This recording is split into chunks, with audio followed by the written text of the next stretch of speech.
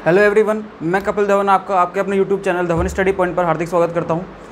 तो guys, last lecture में हम क्वांटम मैकेनिक्स से रिगार्डिंग जो मैथ्स आती है उस मैथ्स में ट्रिग्नोमेट्री फंक्शन और डिफरेंशिएशन के बारे में डिस्कस कर चुके हैं। तो गाइस, मैंने आपको बताया था कि अपन यहाँ पर नेट जेआरएफ के अकॉर्डिंग नेट जेआरएफ का जो सिलेबस है उसको अपन पूरा का पूरा कवर करेंगे और उसके एग्ज़ाम के अकॉर्डिंग अपन प्रिपरेशन कर रहे हैं। तो मैंने आपको फिजिकल केमिस्ट्री स्टार्ट करी है, फिजिकल केमिस्ट्री में क्वांटम मैकेनिक्स स्टार्ट करी है और क्वांटम मैकेनिक्स में मैं सबसे पहले बेसिक मैथ्स आपको करा रहा हूँ। बेसिक्स मैथ्स के अपने 2 लेक्चर होंगे। एक लेक्चर अपना हो चुका है जो कि ट्रिग्नोमेट्री फंक्शन और डिफरेंशिएशन पे बेस्ड था। आज का जो लेक्चर है अपना वो किस पे बेस्ड होगा? इंटीग्रेशन पे। तो इससे पहले जो मैंने आपको अब तक पढ़ाया है वो क्या है? ट्रिग्नोमेट्रिक फंक्शन, ट्रिग्नोमेट्रिक फंक्शंस, और सेकेंड मैंने पढ़ाया था आपको डिफरेंशिएशन। ठीक है गाइस, आज जो अपन डिस्कस करने वाले हैं वो है इंटीग्रेशन के बारे में। इंटीग्रेशन देखना, ये चीज़ अपन पढ़ चुके हैं, इसमें कोई दिक्कत है? मैंने आपके कुछ कमेंट्स भी देखे थे, उसमें ये पूछा गया था कि कुछ लोगों ने पूछा था कि अपनी क्वांटम मैकेनिक्स यहाँ पर पूरी डिस्कस होगी या नहीं होगी। तो गाइस, अपन जब नेट जेआरएफ का सिलेबस पूरा कवर कर रहे हैं उसमें मैंने आपको बोला था कि फिजिकल में 3 टॉपिक लूँगा, 3 मेजर टॉपिक। वो है एक तो क्वांटम मैकेनिक्स, इलेक्ट्रो और एक केमिकल काइनेटिक्स। इन 3 बड़े मेजर टॉपिक्स को मैं पढ़ाऊंगा ताकि अपना फिजिकल का मैक्सिमम पोर्शन जो नेट में आने वाला है वो कवर हो जाए। फिर मैं कुछ यूनिट्स आपको ऑर्गेनिक के पढ़ाऊंगा और कुछ यूनिट आपको इनऑर्गेनिक के पढ़ाऊंगा। अभी अपन क्वांटम मैकेनिक्स पढ़ रहे हैं, जो नए जुड़े हैं वो वापस देख लीजिए। अपन फिजिकल केमिस्ट्री में जो क्वांटम मैकेनिक्स है वो अपन ने स्टार्ट करी है अभी। ठीक है, इसका एक लेक्चर हुआ है सिर्फ, उसको आप देख, अगर इस लेक्चर को आप देख रहे हो तो कोई दिक्कत नहीं है। इस लेक्चर से पहले उस लेक्चर को देख लो, उसमें अपन ने ट्रिग्नोमेट्री फंक्शन और डिफरेंशिएशन के बारे में पढ़ा था। अब मैं आज पढ़ाने वाला हूँ आपको इंटीग्रेशन के बारे में। देखना गाइस, पहले एक बार अपन आज का लेक्चर स्टार्ट करने से पहले मैं हल्का सा रिकैप करा देता हूँ आपको कि अपन ने कल क्या क्या पढ़ा था।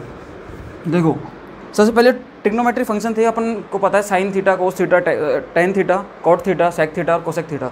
इनके बारे में अपन ने पढ़ा था, इनके फॉर्मूले पढ़े थे कि साइन कोसेक का इन्वर्स होता है, कोस सेक का इन्वर्स होता है, टेन कॉट का इन्वर्स होता है। उसके बाद कुछ फॉर्मूले और पढ़े थे अपन ने कि tan theta is equal to क्या होता है? Sine theta upon cos theta, सब जानते हैं ये। उसके बाद अपन ने पढ़ा था कॉट थीटा क्या होता है, इसका जस्ट रिवर्स होता है, इन्वर्स हो गया, कॉस अपॉन साइन होगा। इसके अलावा मैंने एक इंपॉर्टेंट फॉर्मूला बताया था आपको, वो क्या था? देखो guys, sine square theta is equal to क्या होता है? 1 minus cos 2 theta divided by 2। ये मैंने आपको बताया था। ठीक है, अब इसके बाद मैंने आपको एक फॉर्मूला बताया था कि cos square theta is equal to क्या होता है? 1 plus cos 2 theta divided by 2। ठीक है, अब यहाँ से फिर मैंने आपको एक चीज़ बताई थी कि साइन स्क्वायर बी एक्स, जैसे यहाँ पर थीटा है, थीटा अपन जब क्वांटम मैकेनिक्स पढ़ेंगे तो वहाँ पे थीटा की जगह कुछ एक्स भी आ सकता है, मतलब वेरिएबल टर्म कुछ भी आ सकती है। तो मैंने एक फॉर्मूला आपको बताया था कि साइन स्क्वायर बी एक्स है, इसका फॉर्मूला क्या हो जाएगा? इस पे बेस्ड करके देखो, 1 माइनस कॉस 2 एक्स, ये थीटा है, थीटा यहाँ पर क्या हो गया? बी एक्स, तो यहाँ क्या आ जाएगा? 2bx divided by 2। तो ये फॉर्मूला अपने लिए गाइस बहुत इंपॉर्टेंट है। अभी आपको पता चल जाएगा, आज की क्लास में पता चल जाएगा आपको ये फॉर्मूला क्यों इंपॉर्टेंट है। मैंने कल इतना इस पर फोकस क्यों किया था, इस पर इतना जोर क्यों डाला था मैंने। ठीक है, ये अपने ट्रिग्नोमेट्री फंक्शन थे। फिर मैंने आपको कुछ वैल्यूज निकालना सिखाया था गाइस, वैल्यू निकालना सिखाया था मैंने आपको, और वो वैल्यूज़ क्या थी? Sine 0, sine 30, sine 45, sine 60 and sine 90, ऐसे करके मैंने आपको कॉस में, टेन में इन सब की वैल्यू निकालना सिखाया था। फिर मैंने आपको साइन वेव के बारे में सिखाया था, फिर कॉस वेव के बारे में। अब मैंने बताया था साइन 0 की वैल्यू 0 होती है, इसलिए जो साइन की वेव है वो कैसे चलती है? वो 0 से स्टार्ट होती है और वो यूँ चलती है ऐसे। ठीक है, ये 0 हो गया, ये वाली होगी π/2, ये पाई इस तरीके से चलती है। फिर मैंने आपको बताया था कि साइन n पाई की वैल्यू क्या आती है? 0, सब में अपन ने देखा था। फिर अपन ने इसमें ये भी देखा था कि साइन 2n+1 डिवाइडेड बाय 2 पाई जो होता है, इसकी वैल्यू या तो +1 आएगी या -1 आएगी, मतलब 1 में आएगी कुल मिला के। और n बराबर यहाँ अगर इवन होता है, इवन होने पर वो +1 आती है, और n बराबर ऑड होने पर क्या आती है? -1। इतना अपन सीख चुके थे। और ऐसे ही सिमिलरली अपन ने एक कॉस वेव भी पढ़ी थी। कॉस वेव क्या होता है? अपन को पता है कॉस 0 की वैल्यू 1 होती है, इसलिए वो 1 से स्टार्ट होती है, तो वो टॉप से स्टार्ट होगी। देखना, ये अपनी कॉस वेव थी। कॉस वेव अपन ने कैसे पढ़ी थी? यहाँ से, क्योंकि कॉस 0 की वैल्यू क्या होती है? 1, तो ये अपनी कॉस वेव हो जाती है। ठीक है गाइस, अब कॉस में क्या होता है कि ये जो 0 है ये है π/2, ये हो गया पाई। तो कॉस n पाई जो होते हैं, कॉस n पाई, इनकी वैल्यू क्या आती है? 1 आती है, ये तो +1 या -1 दोनों में से। और अगर n बराबर अपना इवन होता है, n बराबर क्या होता है अपना? इवन, तो उसकी आती है +1, और n बराबर ऑड होता है तो क्या आती है अपना? -1। ये वैल्यूज़ आती हैं। उसके अलावा कॉस में तो 2n+1 डिवाइडेड बाय 2 पाई, ये जितनी भी टर्म्स आती हैं वो सारी क्या होती है, इसमें n की वैल्यू कुछ भी रख के देख लो, सारे के सारे कॉस वैल्यू जो आएंगे अपने क्या आएंगे 0। ठीक है गाइस, ये मैंने आपको बताया था साइन वेव और कॉस वेव के बारे में। इसके बाद जो मैंने आपको डिस्कस किया था, मैंने आपको बताया था क्वाड्रेंट्स के बारे में बताया था मैंने आपको। किसके बारे में बताया था गाइस? क्वाड्रेंट क्या होता है, वापस एक बार फटाफट से सीख लो उसको। देखो मैंने आपको बोला था कि ये अपनी हॉरिजॉन्टल एक्सिस होता है, ये अपना वर्टिकल एक्सिस है, ये अपना हॉरिजॉन्टल एक्सिस, ये अपनी वर्टिकल एक्सिस। यहाँ पर अपन क्या लेते हैं 0, 90, 180 और 270 और 360 ये लेते हैं। मैंने आपसे बोला था कि ये जो इसको बोलते हैं फर्स्ट क्वाड्रेंट, ये है सेकंड क्वाड्रेंट, अब ये अपना थर्ड क्वाड्रेंट, ये फोर्थ क्वाड्रेंट। फर्स्ट क्वाड्रेंट में सारे के सारे क्या होते हैं पॉजिटिव, जैसे साइन कोस टेन कुछ भी आ जाए सारे क्या होंगे ऑल पॉजिटिव। सेकंड क्वाड्रेंट में अपना साइन और इसका इन्वर्स कोसेक, साइन थीटा और कोसेक थीटा ये क्या होते हैं पॉजिटिव, इसके अलावा सारे क्या होते हैं नेगेटिव। इसमें थर्ड क्वाड्रेंट है, इसमें अपना टेन और कॉट ये क्या होते हैं पॉजिटिव होते हैं, बाकी सारे क्या होते हैं नेगेटिव। और इस जो फोर्थ क्वाड्रेंट है इसमें अपना कॉस और कॉस का इन्वर्स कौन होगा सेक, तो ये अपने जो होते हैं ये क्या होते हैं पॉजिटिव, बाकी सारे क्या होंगे नेगेटिव। ये मैंने आपको बताया था। फिर मैंने आपको एक चीज़ बताई थी कि जब भी अपन किसी चीज़ की वैल्यू निकालेंगे साइन कॉस में किसी की भी निकालेंगे तो क्या होगा, जब भी अपन किसी ट्रिग्नोमेट्रिक फंक्शन को हॉरिजॉन्टल एक्सिस से पास करते हैं, हॉरिजॉन्टल एक्सिस से मतलब 0 और 180 इनसे पास करेंगे तो अपना ट्रिग्नोमेट्रिक फंक्शन चेंज नहीं होता है। और जब भी अपन किसी भी ट्रिग्नोमेट्रिक फंक्शन को वर्टिकल एक्सिस से पास करेंगे दैट मीन्स 90 एंड 270 तो अपना ट्रिग्नोमेट्रिक फंक्शन क्या हो जाएगा चेंज हो जाएगा। और कौन किस में चेंज होता है, मैंने आपको यही बताया था कि साइन थीटा जो है वो किस में चेंज होता है आपस में, ये कॉस थीटा में, जो अपना टेन थीटा है वो किस में चेंज होता है कॉट थीटा में, और जो सेक थीटा है वो किस में चेंज होता है कोसेक थीटा में। ये चीज़ अपन ने कल डिस्कस कर ली थी। ठीक है गाइस, अब अपन आगे चलते हैं। इसके बाद मैंने कुछ एग्जांपल वगैरह दिए थे वो आपने सॉल्व कर लिए होंगे। मैंने कुछ वैल्यू भी निकाल के सिखाई थी आपको, वो आपने निकाल ली होंगी सारी वैल्यू, ऐसे ही मैं आशा करता हूँ। अब देखना गाइस आगे अपन आज जो उसके बाद मैंने डिफ्रेंशिएशन और बताया था आपको। डिफ्रेंशिएशन में मैंने क्या बताया था, कुछ 8-10 फॉर्मूले थे, देखना गाइस उनको एक बार फटाफट से उनको भी देख लो ताकि अपना रिकॉल हो जाए सारा। फिर अपन जब इंटीग्रेशन में चलेंगे तो कुछ अगर कुछ टर्म वहाँ पर आती हैं तो वो भी अपन सीख लें।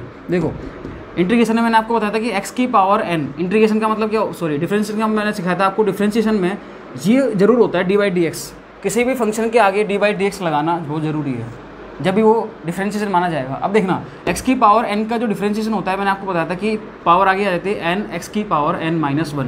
इसके अलावा मैंने आपको बताया था d/dx x की पावर -n का क्या होता है -n x की पावर -n-1।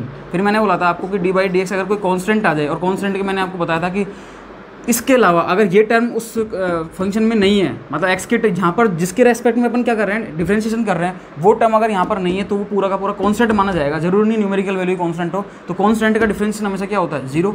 उसके अलावा मैंने आपको बोला था कि d/dx अगर ln x आ जाता है तो उसका क्या होता है 1/x। फिर मैंने आपको बताया था कि अगर कांस्टेंट क्वांटिटी किसी फंक्शन के साथ आती है उसका अपन डिफरेंशिएशन कर रहे हैं तो क्या होता है, जैसे a x की पावर n है तो कांस्टेंट क्वांटिटी बाहर आ जाती है और अपन क्या करते हैं केवल जो फंक्शन है उसका डिफरेंशिएशन करते हैं और कांस्टेंट को उससे मल्टीप्लाई कर देते हैं। इसके बाद मैंने आपको बोला था कि d/dx अगर sin x का करना हो, sin x का क्या होता है cos x, और d/dx cos x का क्या हो जाता है sin x minus sin x। ठीक है, फिर मैंने आपको बताया था कि d/dx e की पावर x का क्या होता है e की पावर x। ये अपने कुछ नॉर्मल फार्मूले थे, जनरल फार्मूले जो अपन को आते भी हैं और थोड़ा बहुत इनके बारे में आना चाहिए ताकि अपन ने क्वांटम में कहीं दिक्कत नहीं है। इसके बाद एक मैंने आपको एक अच्छा फार्मूला बताया था कि दो फंक्शन एक साथ आ जाए उनका डिफरेंशिएशन करना हो, जैसे ये फर्स्ट फंक्शन और सेकंड फंक्शन। इसका जब अपन डिफरेंशिएशन करते हैं तो कैसे करते हैं, फर्स्ट को एज इट इज़ मान के अपन सेकंड का करते हैं और फिर अपन क्या करते हैं सेकंड को एज इट इज़ मान के फर्स्ट का कर देते हैं। मतलब इसको अपन ऐसे लिखते हैं, ये फर्स्ट का अपन ने क्या कर दिया डिफरेंशिएशन और सेकंड को अपन एज इट इज़ रख देते हैं। तो ये एक तो ये फॉर्मूला था, ये अपने बहुत काम में आने वाला है। इसका मैंने एक एग्जांपल भी आपको सॉल्व करवाया था साइन थीटा कोस थीटा वाला, तो इसको आप देखना गाइज, ये आपको फॉर्मूले बिल्कुल ऑन टिप्स रहने चाहिए और इनकी अपन इतनी प्रैक्टिस कर लेंगे कि कोई प्रॉब्लम नहीं। और अपन ने कल प्रैक्टिस की भी थी इनकी। ठीक है, तो और भी कोई डाउट हो तो आप बता देना, इस वीडियो के में कमेंट कर देना। अब अपन स्टार्ट कर रहे हैं इंटीग्रेशन के बारे में कि इंटीग्रेशन क्या होता है। समाकलन, अपन किसकी बात कर रहे हैं, समाकलन की। देखो अपन बात कर रहे हैं समाकलन की। देखो गाइस इधर देखना, मैंने बोला इंटीग्रेशन,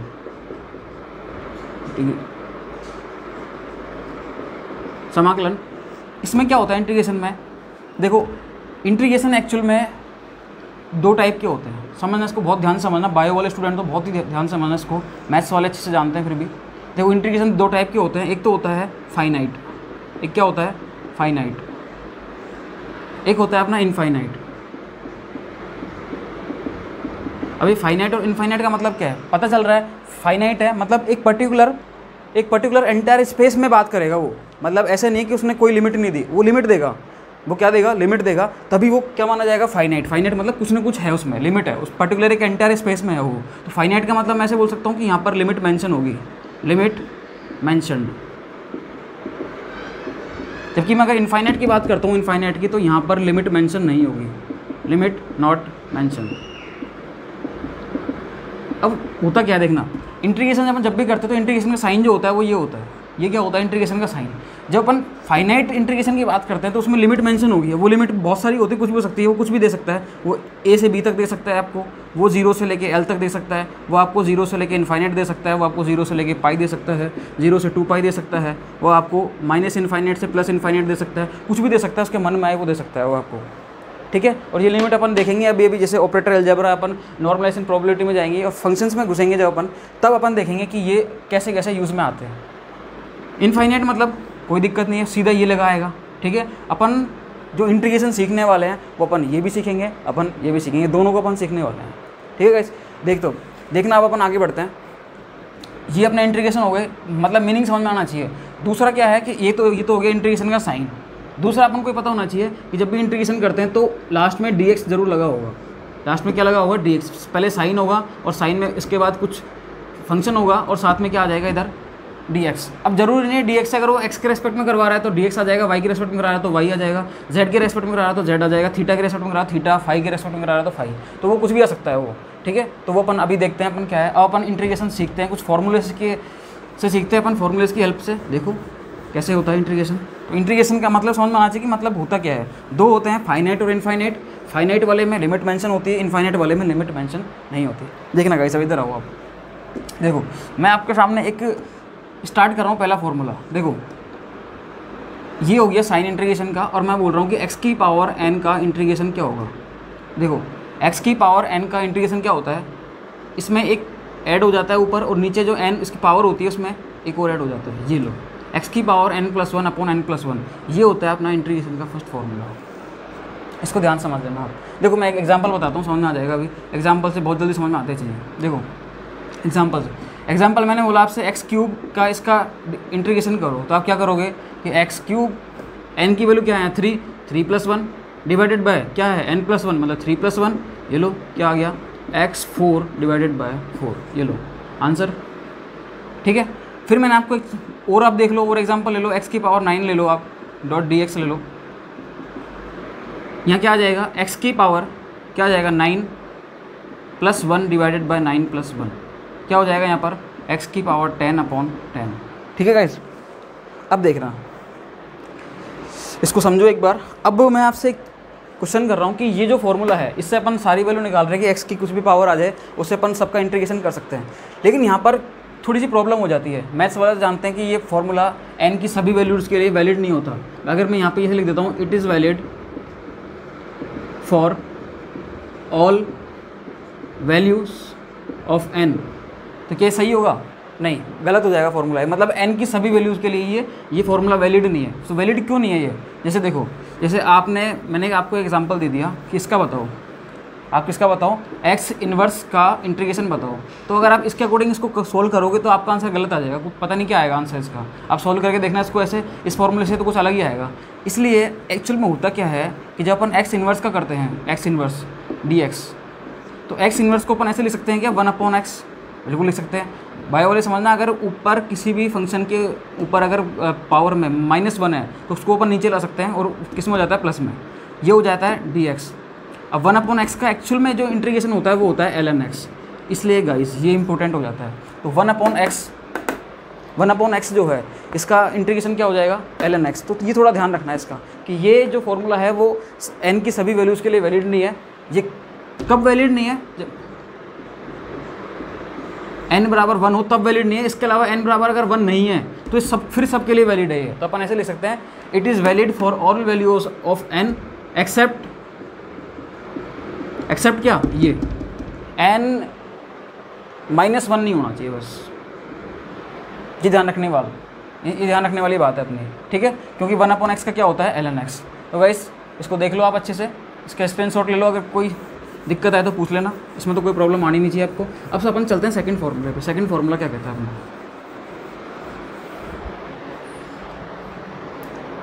देखो इसके बाद अपन पढ़ते हैं साइन एक्स का। साइन एक्स का इंटीग्रेशन क्या होगा गाइस, देखो बिल्कुल साइन एक्स का होता है माइनस कॉस एक्स। अब थोड़ा सा मैं बता दूं आपको इसके बारे में, ताकि नहीं तो डिफरेंशिएशन इंटीग्रेशन में फिर क्या है, थोड़ी सी ऐसे ही कन्फ्यूजन हो जाएगा कि कब प्लस आएगा और माइनस आएगा, प्लस माइनस का। और गाइस इतना ही खेल होता है कॉम्पिटिटिव एग्जाम में, मतलब प्लस और माइनस का। अपना आंसर बिल्कुल सही आ जाएगा, बिल्कुल अपन सॉल्व करेंगे, चीज़ें सही आएंगी। और आंसर में अगर प्लस और माइनस का हेर फेर है, बस अपन को दोनों ऑप्शन अवेलेबल मिलेंगे वहाँ पे। अपन को ये तो देखना होता है कि प्लस वाला सही है माइनस वाला, तो इस प्लस माइनस का बहुत खेल है, तो इसलिए इसको बहुत ध्यान से समझना। अब जब अपन डिफरेंशिएशन पढ़ रहे थे तो साइन एक्स का क्या होता है कॉस एक्स, अब इंटीग्रेशन पढ़ रहे हैं साइन एक्स का क्या हो गया माइनस कॉस एक्स। तो इसको एक बार इस तरीके से याद रखना है। इसको मैथ्स वाले तो बिल्कुल ऐसे ही याद रखते हैं, उनके पास और भी तरीके होंगे। बायो वाले इधर देखना माइनस आई सी होता है। माइनस आई सी का मतलब क्या समझना है, इसका मतलब कि इंटीग्रेशन का रिजल्ट जो है, आई का मतलब इंटीग्रेशन, इसके रिजल्ट में अगर कोई ट्रिग्नोमेट्री फंक्शन सी से स्टार्ट हो रहा है, सी से स्टार्ट हो रहा है, दैट मीन्स अगर वो उसका रिजल्ट कॉस एक्स आ रहा है, उसका रिजल्ट कॉट एक्स आ रहा है, या उसका रिजल्ट कॉसेक एक्स आ रहा है, दैट मीन्स उनके आगे क्या आएगा माइनस आएगा। ये थोड़ा ध्यान रखना। कब रिजल्ट में, यहाँ पर नहीं, रिजल्ट में। जब इंटीग्रेशन के रिजल्ट में सी आ रहा है तो वहाँ पर आगे क्या आ जाएगा माइनस आ जाएगा। इसका इंटीग्रेशन क्या हो रहा है कॉस एक्स, इसके इंटीग्रेशन के रिजल्ट में क्या आ रहा है सी, दैट मीन्स आगे क्या आ जाएगा माइनस। तो थोड़ा सा ध्यान रखना है, माइनस आई सी वाला कंसेप्ट है, ठीक है। इसके बाद अब मैं बताता हूँ आपको, देखो कॉस एक्स, इसका इंटीग्रेशन क्या होगा, कॉस एक्स का क्या होता है sine x, normal sine x हो जाता है इसका, ठीक है। अब अपन जैसे एक चीज़ और पढ़ते हैं, जैसे मैंने आपको डिफरेंशिएशन में बताया था कि x जो होता है, अपन ऐसा नहीं करते कि साइन एक्स में केवल साइन एक्स का कर दिया, साइन एक्स का क्या आ गया कॉस एक्स। एक्चुअल में क्या होता है, थीटा जो होती है, थीटा वाली टर्म, इसका भी इंटीग्रेशन होता है। अब x का जो इंटीग्रेशन होता है वो क्या होता है 1, सॉरी जो थीटा वाली टर्म होती है इसका अपन क्या करते हैं डिफरेंशिएशन करते हैं। और x का डिफरेंशिएशन क्या होता है 1, और 1 को लिखना इतना जरूरी होता नहीं है। लेकिन जैसे ये आ जाए तो आप ऐसे मत कर देना कि साइन ए एक्स बोला मैंने और इसका मैंने बोला इसका आप इंटीग्रेशन करो। तो इंटीग्रेशन आप क्या करोगे, साइन अपन को पता है कि साइन का क्या होता है कॉस, तो आपने क्या कर दिया माइनस कॉस ए एक्स। कहीं गलत हो जाएगा ये, गलत कैसे होगा देखना। जो थीटा है, इस थीटा का अपन क्या करते हैं डिफरेंशिएशन करते हैं, और उसको अपन कहाँ लगा देंगे नीचे लगा देंगे। कैसे लगाएंगे देखना, साइन ए एक्स डी एक्स का क्या होगा ये होगा। अब थीटा का जब अपन करने वाले हैं तो ए एक्स का डिफरेंशिएशन क्या होता है भाई, ध्यान रखना थीटा का हमेशा डिफरेंशिएशन करना, चाहे इंटीग्रेशन हो इसका, ये पूरे का इंटीग्रेशन कर रहे हैं, लेकिन थीटा का हमेशा क्या करेंगे अपन डिफरेंशिएशन, और उसको अपन कहाँ लगा देंगे इसके अपॉन में। देखना कैसे, ए एक्स का डिफरेंशिएशन क्या होता है ए एक्स का, मैंने आपको बताया था कि एक्स का तो हो जाता है 1, ए कॉन्स्टेंट बाहर आ जाएगा तो इसका ऑलरेडी बचेगा क्या ए, ठीक है। तो अपन इसके यहाँ पर ए लगा देंगे अपॉन में। तो गाइस ये एग्जैक्ट है, बिल्कुल ये सही है ये वाला। ऐसे अगर मैं ये लेता हूँ, एक चीज़ और समझना, इससे समझ में आएगा और भी कि cos A x D x ले लिया मैंने, ये लो, इसका करना है अपन को। तो कॉस का क्या होता है साइन, ये लो साइन ए एक्स। अब अपन को पता है कि कॉस का तो होता है साइन एक्स। अब ए एक्स का जब अपन डिफरेंशिएशन करेंगे तो क्या आएगा ए, तो ए कहाँ जाएगा नीचे, ये लो। तो ये चीज़ अपने समझ में आनी चाहिए इसी वाली चीज़ें, ठीक है। तो ये हो गया इंटीग्रेशन के बारे में। अब थोड़ा सा और अपन और आगे बढ़ते हैं। देखो एक चीज़ और समझना गाइस, जैसे dx का कोई पूछ ले, केवल dx, मतलब आपको कोई फंक्शन नहीं दिया, केवल नॉर्मल dx लगा के दे दिया, ये लो ये dx लगा के दे दिया। अब बोला कि इसका इंटीग्रेशन क्या होगा, तो अब अपन क्या करेंगे एक्चुअल में ध्यान रखना, इसका इंटीग्रेशन क्या होगा अपन देख लेंगे आगे भी रिजल्ट क्या आता है। देखो गाइस बायो वाले एक बात समझना, क्या होता है कि किसी की भी पावर, कोई भी चीज़ हो उसकी पावर अगर 0 है, जैसे मैंने सपोज किया x ले दिया, इस x की पावर अगर 0 है तो इसका रिजल्ट क्या आता है 1। किसी की पावर 0 तो उसका रिजल्ट क्या आता है 1, ठीक है। तो यहाँ पर मैं 1 मान सकता हूँ, बिल्कुल मान सकता हूँ। अब एक चीज़ देखना यहाँ पर कि मैं ऐसे लिख सकता हूँ कि x की पावर 0 डॉट डी एक्स, क्योंकि x की पावर 0 का रिजल्ट क्या आता है 1, तो मैं इसको ऐसे लिख सकता हूँ। अब देखना जब मैं इसका इंटीग्रेशन करूँगा तो मैं वो अपना फॉर्मूला लगा सकता हूँ कि x की पावर n का क्या होता है, x की power n+1 divided bye n+1। देखना कैसे कि x की पावर 0, इसका मैं क्या कर रहा हूँ इंटीग्रेशन कर रहा हूँ कि x की पावर 0+1 डिवाइडेड बाय 0+1 क्या आ जाएगा यहाँ से x, 1 आ गया नीचे 1 आ गया मतलब x आ गया। तो dx का इंटीग्रेशन क्या होता है गाइस x। तो ये भी थोड़ा ध्यान रखना है, इसका ध्यान रखना गाइस इसका भी, dx का इंटीग्रेशन क्या होता है x। अब अपन आगे बढ़ते हैं थोड़ा और, ठीक है। देखना अब एक चीज़ और मैं दे दूँ आपसे कि जैसे देखो गाइस मैं आपको एक चीज़ और समझाता हूँ कि जैसे मैंने डिफरेंशिएशन में आपको एक चीज़ बताई थी कि डिफरेंशिएशन में क्या बताया था मैंने आपको कि अगर कोई कांस्टेंट क्वांटिटी किसी फंक्शन के साथ अटैच होती है तो वो डिफरेंशिएशन में बाहर आ जाती है वो, ठीक है। और अपन डिफरेंशिएशन किसका करते हैं, केवल और केवल फंक्शन का करते हैं, ठीक है। कोई कांस्टेंट का कोई डिफरेंशिएशन नहीं होता। सेम कंसेप्ट अपन इंटीग्रेशन पर लगाते हैं। अगर इंटीग्रेशन के साथ अपन इंटीग्रेशन कर रहे हैं और फंक्शन के साथ कुछ भी कोई कांस्टेंट क्वांटिटी आ गई तो कांस्टेंट क्वांटिटी को अपन बाहर ले देते हैं। जैसे देखना, जैसे मैंने बोला कि 5x² 5x² है, इसका करना है आपको इंटीग्रेशन, तो अपन कैसे करेंगे, तो 5 को अपन ने बाहर लिया, बिल्कुल कांस्टेंट क्वांटिटी बाहर आ जाएगी, और x² dx, और x² का हमें पता है कि 2+1/2+1 कैसे हो जाएगा 5x 2+1 क्यूब, और नीचे भी क्या आ जाएगा 2+1 3। ये लो, ये इसका क्या हो गया इंटीग्रेशन। तो गाइस कांस्टेंट क्वांटिटी को आपको बाहर लेना है, चाहे वो डिफरेंशिएशन हो चाहे वो इंटीग्रेशन हो। अब जो मैं समझाने चाह रहा हूँ आपको वो बहुत ही इंपॉर्टेंट चीज़ है, वो अच्छा फॉर्मूला है, वो अपने ये मान लो कि गाइस वो मैक्सिमम जगह काम में आने वाला है वो फॉर्मूला। वो क्या है उसको समझना। देखो गाइस को बहुत ध्यान से समझना, बायो वाले बहुत ध्यान से समझना, क्योंकि ये थोड़ा सा कॉम्प्लिकेटेड हो सकता है आपके लिए, लेकिन अपन होने नहीं देंगे। देखना कैसे, जब भी कभी आपसे इंटीग्रेशन बोले दो फंक्शन का, क्या बोले आपसे, दो फंक्शन का आपसे बोल दिया उसने इंटीग्रेशन ये करो आप, तो कैसे करेंगे अपन दो फंक्शन का इंटीग्रेशन कैसे करेंगे। डिफरेंशिएशन में अपन क्या करते थे कि एक को अपन एज इट इज रखा, सेकंड का किया, फिर सेकंड को एज इट इज रखा और फर्स्ट का कर दिया। यहाँ पर ऐसा नहीं होता गाइस, यहाँ पर थोड़ा अलग कंसेप्ट है। देखो कैसे दो फंक्शन का अपन क्या कर रहे हैं इंटीग्रेशन कर रहे हैं, तो कैसे करेंगे देखो गाइस समझना। फर्स्ट फंक्शन को मैंने रखा है एज इट इज़, ठीक है, और मैंने सेकेंड फंक्शन का कर दिया मैंने इंटीग्रेशन।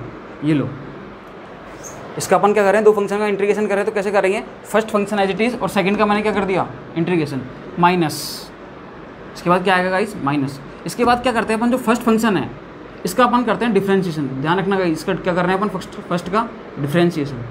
फर्स्ट का अपन ने क्या किया डिफरेंशिएशन किया अपन ने फर्स्ट का। इसके बाद जो सेकंड फंक्शन है इसका अपन वापस से क्या करेंगे इंटीग्रेशन करेंगे। ये लो, सेकंड फंक्शन का अपन ने क्या किया वापस से इंटीग्रेशन कर दिया। उसके बाद ये जो पूरा है कंप्लीट ही है, इस पूरे का भी अपन क्या कर देंगे इंटीग्रेशन, इस पूरे का भी अपन क्या कर देंगे इस इंटीग्रेशन। ये अपना फॉर्मूला निकल के आता है। देखो इसको एक बार समझना, वापस समझना इसको बायो वाले स्टूडेंट। कैसे दो फंक्शन जब आते हैं तो अपन क्या करते हैं कि फर्स्ट को एज इट इज रखा और अपन ने क्या किया सेकंड का इंटीग्रेशन किया, फिर माइनस, फिर अपन क्या करते हैं जो फर्स्ट फंक्शन है इसका डिफरेंशिएशन करते हैं और साथ में क्या करते हैं सेकंड फंक्शन का इंटीग्रेशन करते हैं और इस पूरे का अपन क्या कर देते हैं वापस से इंटीग्रेशन।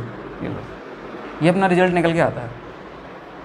ठीक है गाइस, बहुत इंपॉर्टेंट फॉर्मूला है ये। इससे अपन जैसे अपना जब ट्रांसलेशन अपन मोशन पढ़ेंगे तो वहाँ पर अपन एक फंक्शन पढ़ेंगे अपन 1D box 2D box 3D box, उनके जब फंक्शन पढ़ेंगे तो वहाँ पर अपन इन चीज़ों को इस इंटीग्रेशन को वहाँ अपन सॉल्व कर रहे होंगे। तो या तो अपन उसका रिजल्ट याद रखेंगे या फिर अपन को निकालना भी तो आना चाहिए ना कि अपन कैसे निकालेंगे। तो ऐसे इस फॉर्मूले को अपन को याद रखना है कि फॉर्मूले अपन सॉल्व कैसे करेंगे, दो फंक्शन आते हैं जब। देखो समझो इस चीज़ को। अब इसमें एक चीज़ और है, जैसे अपन डिफरेंशिएशन में फर्स्ट फंक्शन और सेकंड फंक्शन किसी को ही मान लेते थे, कोई फ़र्क नहीं पड़ता था। यहाँ पर वो चीज़ नहीं चलेगी। यहाँ पर फिक्स है कि फर्स्ट फंक्शन कौन सा होगा, फिक्स है ये कि फर्स्ट फंक्शन अपन किसको मानेंगे और फिर सेकंड कौन सा होगा। देखो गाइस फर्स्ट फंक्शन अपन किसको मानेंगे वो देखना आप। फर्स्ट इन दोनों में से दो फंक्शन दे दिए, चाहे वो आगे हो चाहे पीछे हो, उससे कोई फ़र्क नहीं पड़ेगा फर्स्ट कौन सा होगा। अगर दो फंक्शंस में से कोई एक फंक्शन अगर इन्वर्स टर्म का है, किसका है इन्वर्स का, इन्वर्स में है, तो वो फंक्शन उसको अपन फर्स्ट फंक्शन मानेंगे, सबसे फर्स्ट प्रायोरिटी उसको देंगे। ये प्रायोरिटी ऑर्डर है अपना, ठीक है। तो इन्वर्स फंक्शन को अपन फर्स्ट प्रायोरिटी पे रखेंगे। इसके बाद लॉग वाला फंक्शन, कौन सा लॉग वाला फंक्शन, अगर ये नहीं है तो लॉग वाले फंक्शन को अपन प्रायोरिटी देंगे कि वो फर्स्ट फंक्शन रहे। इसके बाद लॉग वाला भी नहीं है तो वहाँ पर अपन किसको देंगे एलजेब्रिक टर्म को, एक्स वाई जेड वगैरह, ये एलजेब्रिक टर्म। जो एलजेब्रिक होते हैं फंक्शन उनको अपन क्या देंगे प्रायोरिटी देंगे। एलजेब्रिक भी नहीं है उसके बाद जो अपन देते हैं प्रायोरिटी वो देते हैं ट्रिग्नोमेट्रिक फंक्शन को। और जब ये नहीं होते तो सबसे लीस्ट प्रायोरिटी पे जो आता है वो आता है अपना एक्सपोनेंशियल वाला फंक्शन। एक्सपोनेंशियल ई की पावर वाले होते हैं ना, ई की पावर वाले कि ई की पावर में, ए की पावर में, ये वो एक्सपोनेंशियल हो गया। तो गाइस ध्यान रखना, इन्वर्स वाले को अपन फर्स्ट प्रायोरिटी देंगे, फिर लॉग वाले को देंगे, फिर एलजेब्रिक देंगे, फिर अपन ट्रिग्नोमेट्रिक वाले को देंगे, फिर अपन एक्सपोनेंशियल वाले को देंगे। तो ये अपन क्या करेंगे प्रायोरिटी बेस रखेंगे अपन इनको कि फर्स्ट फंक्शन कौन सा होगा, ठीक है। अब ये इन चीज़ों को याद कैसे रखा जाएगा तो इसका एक ट्रिक होता है, उस ट्रिक को भी आप समझ लो। देखो यहाँ पर आई है, एल है, ए है, टी है, ई है, तो मतलब आईलेट, ILATE। तो ये याद रखने की ट्रिक है कि इन्वर्स को अपन फर्स्ट प्रायोरिटी देंगे, फिर उसके बाद लॉगरिथम को, फिर एल्जेब्रिक टर्म को, फिर ट्रिग्नोमेट्री को, फिर एक्सपोनेंशियल को। तो ये थोड़ा सा याद रखने का अपना तरीका है कि फर्स्ट फंक्शन अपन किसको मानेंगे। जैसे मैं एक एग्जांपल दे रहा हूँ आपको, उस एग्जांपल को आप सॉल्व करना। देखो एग्जांपल सॉल्व करेंगे अपन एक,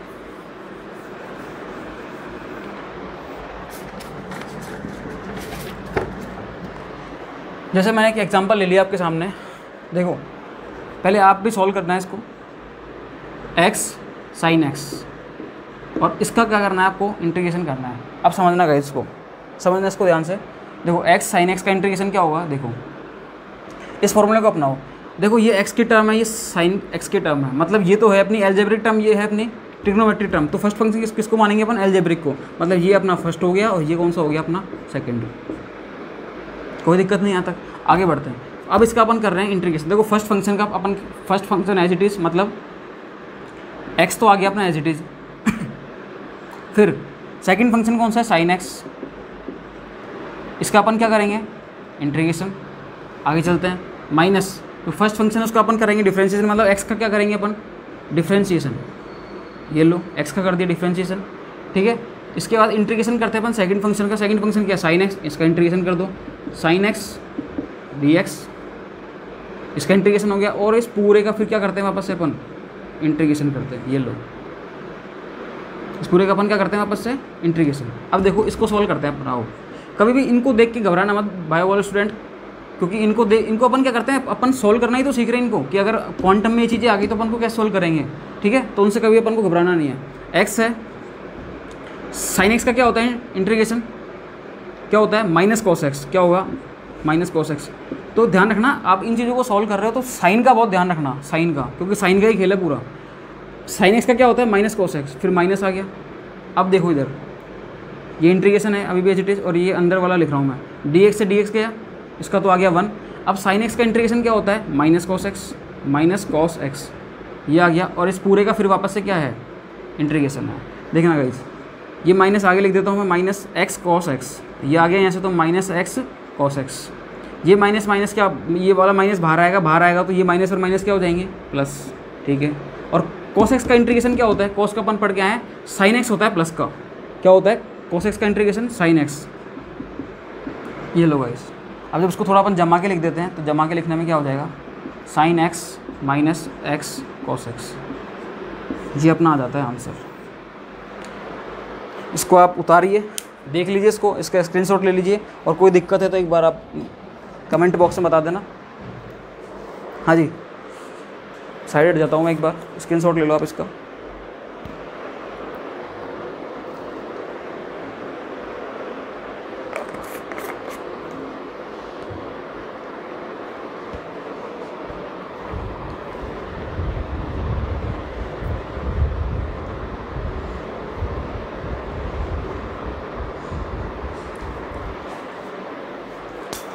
हाँ गाइस, देखना अब आगे। अभी तक अपन ने ये पढ़ा, ये वाला फॉर्मूला कि दो फंक्शन एक साथ आ जाए तो उनका अपन इंटीग्रेशन कैसे करेंगे। तो ये अपना फॉर्मूला है। फर्स्ट फंक्शन को एज इट इज़ मान के सेकंड का किया, माइनस फर्स्ट का डिफरेंशिएशन, फिर सेकंड का इंटीग्रेशन, और इस पूरे का इंटीग्रेशन। इस तरीके से अपन इसको सॉल्व करेंगे। अब अपन थोड़ा आगे चलते हैं, और गाइस थोड़ा सा और आगे चलते हैं अपन। मैं आपको एक अलग चीज़ सिखा रहा हूँ और भी, ये आपने उतार लिया, देखो देखना गाइस अब आगे।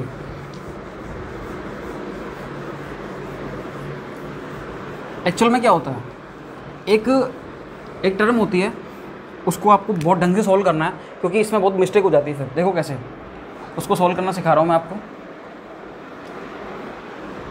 देखो इधर, जैसे मैंने आपसे बोल दिया 1/a + x, 1/a + x dot dx, इसका इंटीग्रेशन पूछ लिया आपसे, 1/a + x।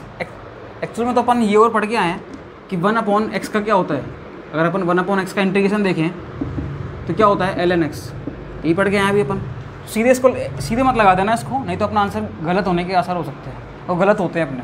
तो अपन इसको ऐसे सोल्व नहीं करेंगे। इसको सोल्व करने का मैं आपको कुछ मेथड बता रहा हूँ, देखना कैसे इसको कैसे सोल्व करेंगे अपन।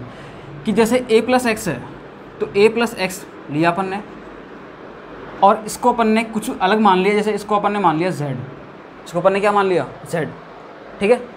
अब देखना, अब फिर इनका अपन करते हैं डिफ्रेंशिएशन करते हैं इसका अपन क्या करेंगे डिफ्रेंशिएशन। जैसे ए का क्या हो गया डी ए, इसका डी एक्स और इसका क्या हो गया डी जेड, ये हो गया। अब डी ए जो ए का जो है डिफ्रेंशिएशन क्या होता है 0, तो क्योंकि ए कॉन्स्टेंट है, ये तो गया काम से, ये तो क्या था कॉन्स्टेंट, इसका हो गया 0 हो गया। इसको देखो डी एक्स बराबर क्या बचा डी जेड, ये बचा। अब क्या करना है अपन को, ये अपन ने कुछ अपना है कुछ अलग तरीका। अब इसको क्या करते हैं अपन, इस ये जो वैल्यूज़ हैं ए प्लस एक्स को अपन ने क्या माना था जेड, और डी एक्स क्या आया फिर डी जेड, तो इन चीज़ों को यहाँ पुट कर दो, आप करो 1/a प्लस एक्स क्या है जेड, ठीक है, डॉट डी एक्स क्या है डी जेड।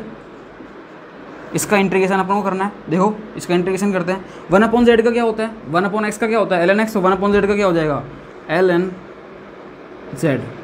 बोलो यहाँ तक कोई दिक्कत है क्या, नहीं है। अब ln z जो होगा इसका क्या हो जाएगा ln z, z क्या माना था अपन ने a प्लस एक्स, रख दो है इसको as it is ln a plus x, तो अपना आंसर क्या आ जाएगा ये। तो क्या यहाँ तो सॉल्व हो गया अपना। जैसे 1/a प्लस एक्स है तो इसका अपन क्या होगा, इसको 1/x का क्या होता है ln x, तो अपन ने ये आ गया अपना आंसर। लेकिन ये हर जगह अप्लाई नहीं होता गाइस। अब देखो कैसे, मैं आपको क्यों बता रहा हूँ, मैंने आपको इस वाले फॉर्मूले को सीधे आप मैंने प्रेफर करने के लिए क्यों मना कर रहा हूँ मैं आपको, देखना गाइस। मैं इसलिए मना कर रहा हूँ, अब आपको समझ में आ जाएगा अच्छे से कि मैंने आपको सीधे ये क्यों नहीं बोला कि ln से आप आंसर निकाल लो। ln से आंसर तब गलत हो जाता है जब यहाँ पर माइनस आ जाता है। देखो यहाँ पर क्या आ जाता है माइनस। अब अगर आप ऐसे कर दोगे इसको कि 1/a माइनस एक्स है, इसका अपन ने कर दिया ln a माइनस एक्स, वहीं पे ही इसको ऐसे लिखना और साइड में क्या कर देना काट देना, ठीक है। इसको आप क्या करना काट देना, क्यों, क्योंकि ये आंसर नहीं आता इसका आंसर अलग आएगा, वो भी अपन देखते हैं क्या आता है। देखो वही तरीका अपनाना है कि a minus x is equal to क्या है z, इसका करेंगे डिफ्रेंशिएशन, ये लो D A minus D x is equal to D Z, ठीक है। अब देखो आगे, ये तो है कांस्टेंट तो इसका तो गया, इधर क्या बचा minus D x is equal to D Z, ठीक है।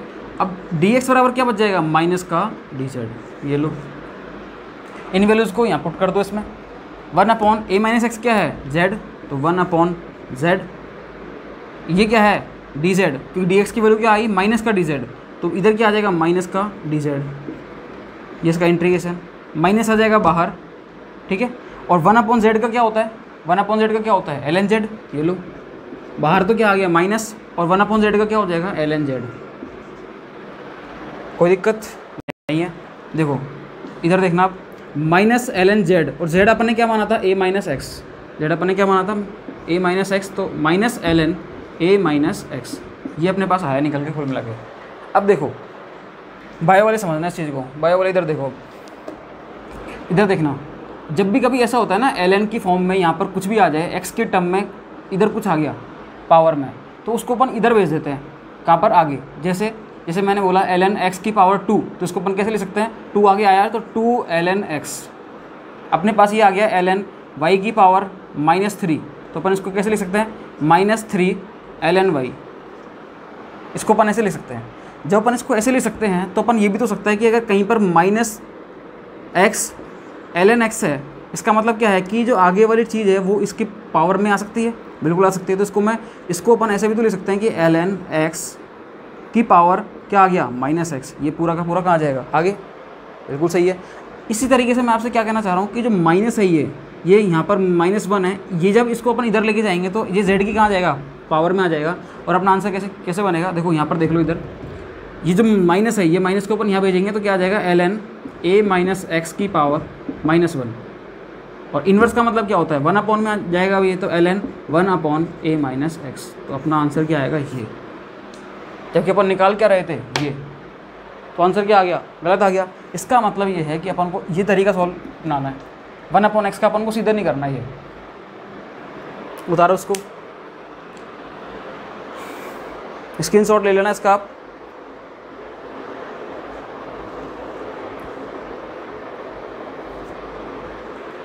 देखिए अब देखना आप इसको आगे, अब ये आपके समझ में आ गया। अब मैं कुछ एक एग्जांपल और दे रहा हूँ मैं। देखो अभी तक मैंने आपको सिंपल लिया कि 1/a माइनस एक्स है, लेकिन ये तो अभी इसकी पावर 1 है, जरूर थोड़ी इसकी पावर 1 ही दे, इसकी पावर और भी आ सकती है। जैसे अपन एक एग्जांपल सॉल्व करके देखते हैं कि 1/a माइनस एक्स की पावर, इसका स्क्वायर क्या आएगा।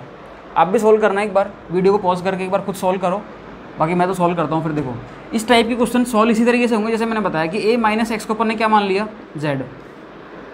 अब इसका करेंगे अपन डिफ्रेंशिएशन, करो d A minus D x is equal to D z, ये गया ज़ीरो, क्या बचा d x is equal to D z, और डी एक्स इजिकल टू क्या बचा माइनस का, ये लो माइनस का डी जेड। इसकी वैल्यू यहाँ पुट कर दो, रखो 1 माइनस ए माइनस एक्स जो है इसको अपन ने क्या माना है, ए माइनस को जेड माना है, तो ये जेड का स्क्वायर हो जाएगा, ये लो। और डी एक्स क्या है, माइनस का डी जेड। इसका अपन क्या कर रहे हैं अब, इंटीग्रेशन। देखना आगे जेड स्क्वायर जो है, जेड स्क्वायर इसको जब ऊपर भेजेंगे तो क्या आ जाएगा, ये जेड माइनस 2, ये माइनस बाहर आ जाएगा, और इधर क्या बचेगा डी जेड। ये बन गया अपना एक्स की पावर एन। क्या बन गया ये, एक्स की पावर एन। और एक्स की पावर एन का इंटीग्रेशन अपन ने सीखा है कि एक्स की power n plus 1 divided by n plus 1। तो बाहर तो रहेगा माइनस, इधर देखो एक्स की पावर, सॉरी जेड है तो क्या आ जाएगा जेड की पावर, जेड की पावर माइनस 2 है तो minus 2 minus 1 divided bye minus 2 minus 1। देखो गाइस ये माइनस अभी बाहर है और इसका माइनस अलग से आएगा अभी, और भी देखो कैसे, minus Z minus 3 divided by minus 3, तो माइनस यहाँ जाएगा इधर, ये लो। अब उसको आगे और सोल्व करते हैं अपन, अभी माइनस है, सॉरी अपन ने एक मिस्टेक कर दी यहाँ पर आएगा प्लस 1, इधर क्या आएगा प्लस 1, तो यहाँ पर क्या आ जाएगा ये जेड, ये आ जाएगा माइनस 1, और इधर क्या आ जाएगा माइनस 1, ये लो, ये माइनस आ गया, यहाँ 1 आ गया। अब अपन इसको आगे सोल्व करते हैं, देखना इस माइनस से ये वाला माइनस गया, और अंदर क्या बचा अब जेड की पावर माइनस 1, और जेड क्या है अपना ए माइनस एक्स, जेड क्या था अपना ए माइनस एक्स, ये लो, और इसकी पावर क्या है माइनस 1, ये नीचे जाएगा तो आंसर क्या आ जाएगा अपना 1 अपॉन ए माइनस एक्स। बोलो समझ में आया या नहीं आया। इसका इंटीग्रेशन क्या आया, ये देखो गाइस, मैं एक एग्जांपल और करना आप इसका, फिर अपन क्या करेंगे, फिर अपन एक जनरल फार्मूला बना लेंगे इसका, क्योंकि अपने रिजल्ट जब सेम आएंगे तो अपन क्या करेंगे जनरल फार्मूला बना लेंगे। जैसे इसकी पावर मैंने ले दी 3, अब इसका आप आंसर निकालो क्या आएगा। गाइस को खुद सोल्व करना है एक बार, अभी सोल्व करो उसको खुद आप, अब मैं सोल्व करता हूँ इसको। देखा वही a minus x is equal to आप क्या मानोगे जेड, डी ए बराबर d A minus D x is equal to D z, ये अपना 0 हो गया, minus D x is equal to D z, और डी एक्स इजिकल टू क्या हो जाएगा माइनस का डी जेड, ये लो रख दो इसकी वैल्यू यहाँ पर 1 अपॉन ए माइनस एक्स क्या है अपना जेड, तो जेड का क्यूब डॉट इधर क्या आ जाएगा माइनस डी जेड, ये लो। इसको जब अपन आगे सोल्व करेंगे देखना ये माइनस बाहर आ गया, ये ऊपर जाएगा तो क्या बन जाएगा जेड माइनस 3 डी जेड, और बाहर क्या आ गया माइनस का साइन। बोलो कोई दिक्कत है कि यहाँ तक नहीं है, आगे चलते हैं अपन। माइनस जेड, अब ये क्या बन गया एक्स की पावर एन बन गया जस्ट लाइक, तो क्या हो जाएगा ये देखना जेड की पावर माइनस एन, और इधर क्या आ जाएगा +1, इधर क्या आ जाएगा n + 1, ये लो यही तो है, इसमें कोई दिक्कत भाई, अपन ने वही तो किया है। एक्स की पावर n जो होती है उसका क्या होता है एक्स की power n + 1 divided bye n + 1। देखो माइनस आगे जेड की पावर क्या है -3 + 1 क्या हो जाएगा -2, इधर क्या आ जाएगा इधर ही -2 आ जाएगा, तो माइनस आगे 2 यहाँ पर, ये लो इस माइनस से गया ये माइनस, अब क्या बचा z -2 डिवाइडेड बाय 2। देखो और आगे सोल्व करते हैं इसको, z की वैल्यू क्या है अपनी a माइनस एक्स रख दो, a माइनस एक्स की पावर -2 डिवाइडेड बाय 2, इस माइनस को ऊपर नीचे भेजेंगे तो स्क्वायर में हो जाएगा, तो अल्टीमेटली आंसर क्या आएगा अपना 1/2 a माइनस एक्स की पावर 2, ये आंसर निकल के आएगा अपना। बोलो गाइस इसमें कोई दिक्कत है आपको, गाइस इसमें कोई दिक्कत है आपको, देखो इसको एक बार।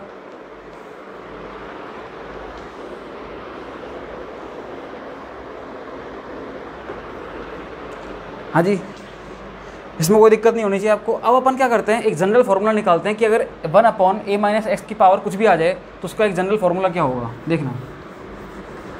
देखना गाइस, कुछ अपन ने निकाल लिए और अपन अब आगे का देखते हैं। देखो अगर कभी भी ऐसा फार्मूला आ जाए कि 1/a माइनस एक्स की पावर n, ये तब अप्लाई हो रहा है जब यहाँ पर क्या आए माइनस आई है, बाकी अपन a प्लस एक्स में अपन अप्लाई कर सकते हैं, कोई दिक्कत नहीं है वहाँ पर। लेकिन जब a माइनस आ जाता है तो अपने फिर ये जो सॉल्व करने का मेथड है ये चेंज हो जाता है। देखो इसका रिजल्ट क्या आता है, 1/n - 1। ये जो n है इस तरह क्या आ जाएगा, n - 1 और a माइनस एक्स की पावर n - 1। मतलब एक जनरल फार्मूला अपने पास ये निकल के आता है, ये अपने पास निकल के आता है जनरल फार्मूला किसका, कि 1/a माइनस एक्स की पावर अगर n आ जाए तो उसको अपन कैसे सॉल्व करेंगे। ठीक है गाइस, अब देखो आगे देखना, ये फार्मूला आप उतार लो इसको। ठीक है, देखो अब अपन आगे चलते हैं गाइस, अब अपन आगे चलते हैं। हाँ,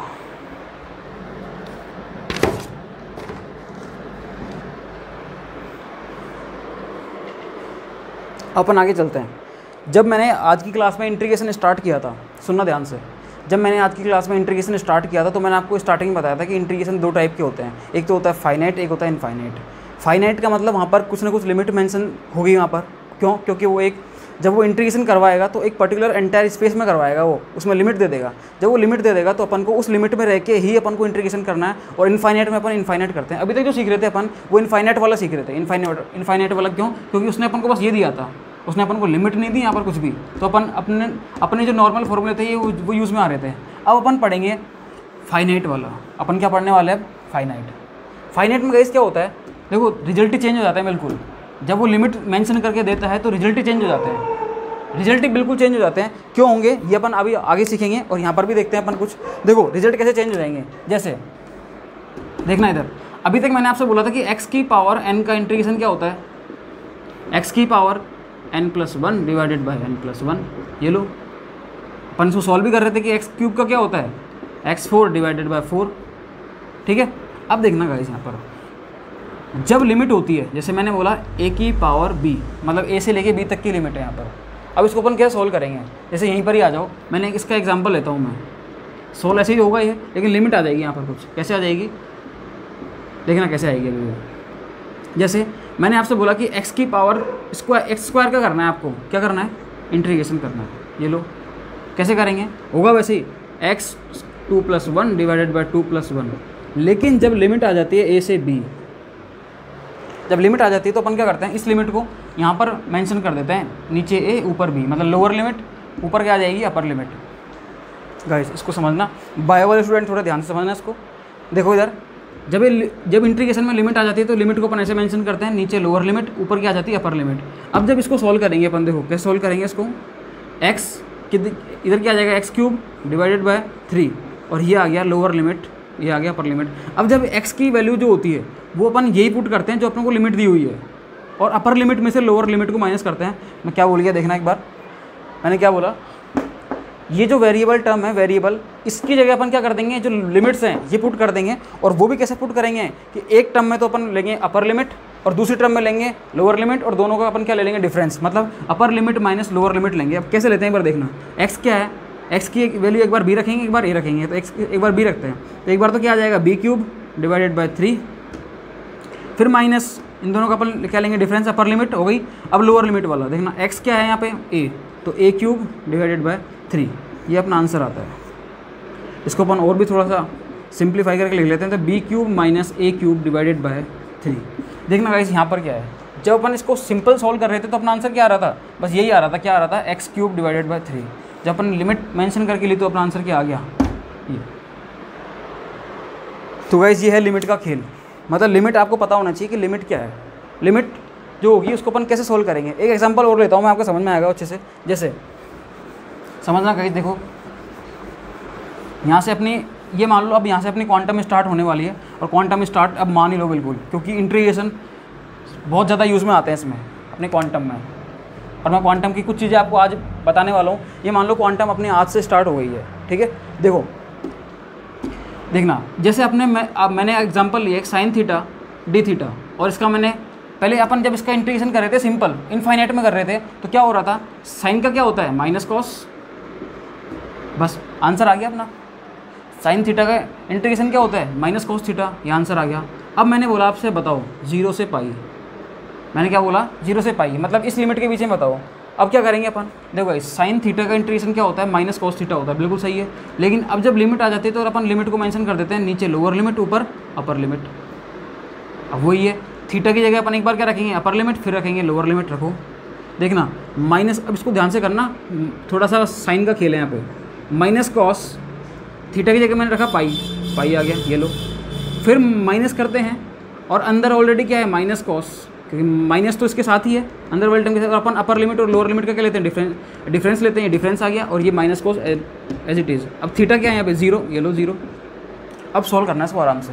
देखो माइनस कॉस पाई, अरे कॉस पाई मैंने आपको बताया था, यहाँ से निकाल के ले लिया करो, ये लो, ये होता है पाई/2 और ये होता है पाई। कितना आया 180, कितना आता है कॉस 180, कितना आता है -1, ये लो कितना आता है -1। तो ये क्या आ गया, बाहर माइनस है और कॉस पाई की वैल्यू क्या आई, -1। बहुत बढ़िया, माइनस है और कॉस 0 की वैल्यू क्या होती है, कॉस 0 की वैल्यू 1। अरे कॉस 0 की वैल्यू क्या होती है 1, ये देखो 1 ये रही, ठीक है। देखो आगे माइनस माइनस +1, ये माइनस माइनस फिर प्लस हो गया, आंसर क्या आया 2। गाइस देखो कितना फ़र्क पड़ता है, जब ये लिमिट नहीं दे रहा था तो आंसर क्या आ रहा था अपना माइनस कॉस थीटा, और जब इसने लिमिट दे दी 0 से पाई तो क्या आ गया 2। लिमिट चेंज करते आंसर भी चेंज, लिमिट चेंज करते अपना आंसर भी क्या हो जाएगा चेंज। तो ये लिमिट का खेल है इसे वाला, ठीक है। तो ये अपन को अपने समझ में आना चाहिए लिमिट से क्या फ़र्क पड़ता है। एक एग्जाम्पल आप सॉल्व करना गाइस, एक एग्जाम्पल आप सोल्व करोगे, ये आप सोल्व करोगे कॉस थीटा डी थीटा 0 से पाई, ये लिमिट दे दी मैंने, इसका आंसर क्या आएगा, आप सोल्व करो इसको। देखो आप वीडियो को पॉज करके आराम से सॉल्व कर लेना, उसके बाद वापस स्टार्ट कर देना उसको।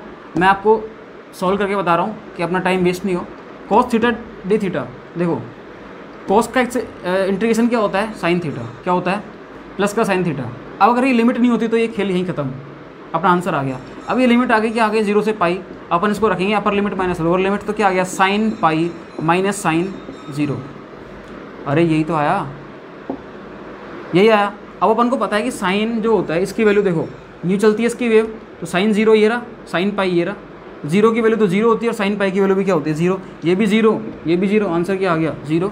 ये लो भैया, इसका डिफरेंस, इसका इंटीग्रेशन क्या आया 0, क्या आ गया इसका 0। अपन और आगे चलते हैं। अब गाइस थोड़ा समझना, एक एग्जांपल और दे रहा हूँ मैं आपको, थोड़ा सा उसको आप सॉल्व करोगे खुद ही, उसको आप सॉल्व करोगे, थोड़ा दिमाग लगाना कैसे सॉल्व होगा। देखना ये रहा sign square theta D theta, ये मैंने लिया 0 से पाई, इसका आंसर आपको बताना है, इसका क्या होगा, इसका आंसर आप सॉल्व करो। देखो अब मैं सॉल्व करता हूँ, आप वीडियो को पॉज करके आराम से इसको सॉल्व करना, फिर मैं बताता हूँ आपको इसको सॉल्व कैसे करेंगे अपन। देखना देखो इसको सॉल्व कैसे करेंगे अपन को पता है एक चीज़ कि साइन स्क्वायर थीटा, मैंने जब ट्रिग्नोमेट्री फंक्शन पढ़ाए थे तो मैंने स्टार्टिंग बताया था कि साइन स्क्वायर थीटा का एक फॉर्मूला होता है, वो क्या होता है sine square theta is equal to क्या होता है 1 minus cos 2 theta divided by 2। बोलो ये बताया था या नहीं बताया था मैंने, ये बताया था मैंने आपको फॉर्मूला। अब इस फॉर्मूले को यहाँ पुट करके उसके बाद इसका इंटीग्रेशन करके और इसको अपन लिमिट मेंशन कर देंगे।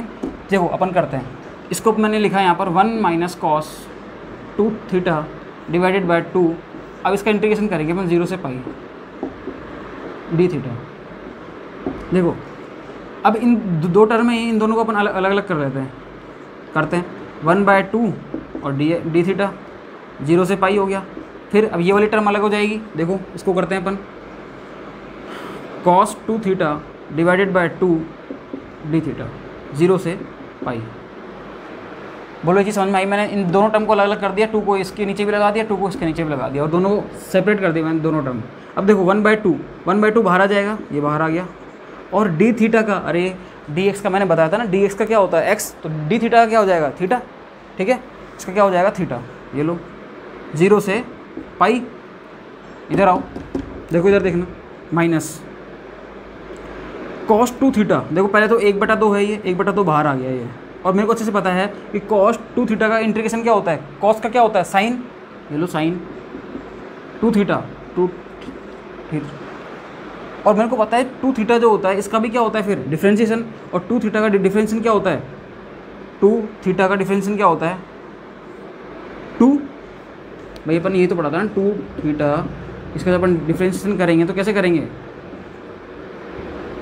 देखो d/d थीटा और इधर क्या आ गया 2 थीटा, 2 बाहर आ जाएगा, 2 बाहर आ गया d/d थीटा और इधर थीटा, इससे ये गया तो क्या बचेगा केवल 2, तो 2 कहाँ आता है हमेशा जब अपन इंटीग्रेशन करते हैं तो नीचे, ठीक है। और ये इसकी आगे लिमिट क्या है 0 से पाई।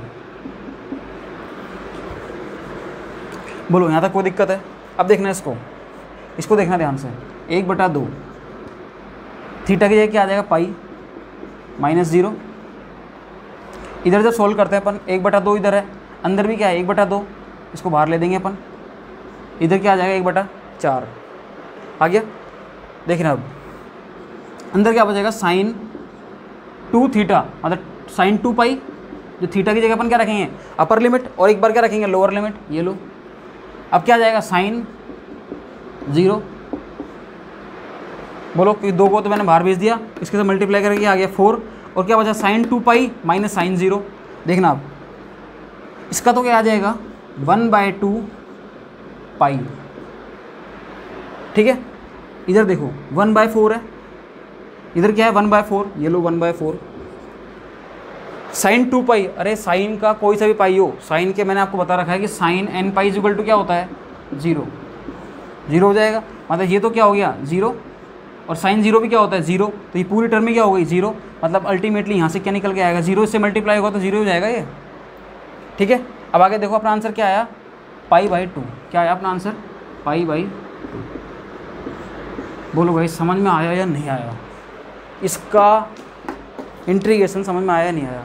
मैंने कुछ नहीं किया, इसका एक फॉर्मूला होता है ये, इसको फिर मैंने दोनों टर्म को सेपरेट करके मैंने दोनों का इंडिविजुअल क्या करा, मैंने इंटीग्रेशन करा, और मेरे पास रिजल्ट क्या आया π/2।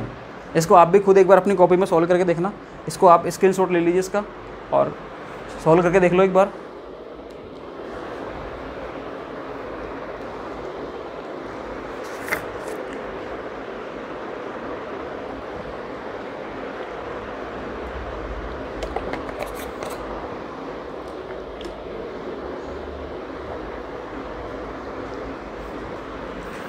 देखना आप गाइस, देखना ध्यान से देखना, अब ये चीज़ आपके समझ में आ गई है।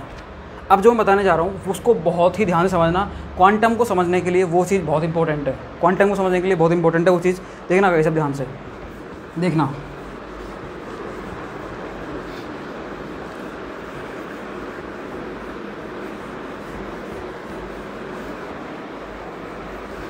देखना गाइस बहुत ध्यान से समझना, बहुत ध्यान से। मैं जो बताने जा रहा हूँ वो क्या है, क्वांटम मैकेनिक्स में होता क्या है एग्जैक्टली। क्वांटम मैकेनिक्स, मैं थोड़ा सा मैकेनिक्स के बारे में बता रहा हूँ। मैं इसलिए क्यों बता रहा हूँ क्योंकि अभी इंटीग्रेशन में कुछ चीज़ ऐसी आएंगी जो अपने काम में आने वाली है। मैकेनिक्स का मतलब क्या होता है, मैकेनिक्स का मतलब होता है the behavioural study of matter when it is in motion. मतलब क्या है, जब भी कोई अपना मैटर मोशन में होता है, वो कोई मोशन कर रहा होता है, जैसे मोशन होता है ना इलेक्ट्रॉनिक, वाइब्रेशनल, रोटेशनल, ट्रांसलेशनल, ये जो मोशंस होते हैं इनमें जब भी कोई अपना मैटर मोशन कर रहा होता है उस ड्यूरेशन में अपन किसी भी मैटर की जो बिहेवियरल स्टडी करते हैं, मतलब बिहेवियरल स्टडी का मतलब क्या हो जाता है, बिहेवियरल स्टडी का मतलब हो जाता है अपना कि ऑब्जर्वेबल की वैल्यू फाइंड आउट करना, ऑब्जर्वेबल की वैल्यू, ठीक है।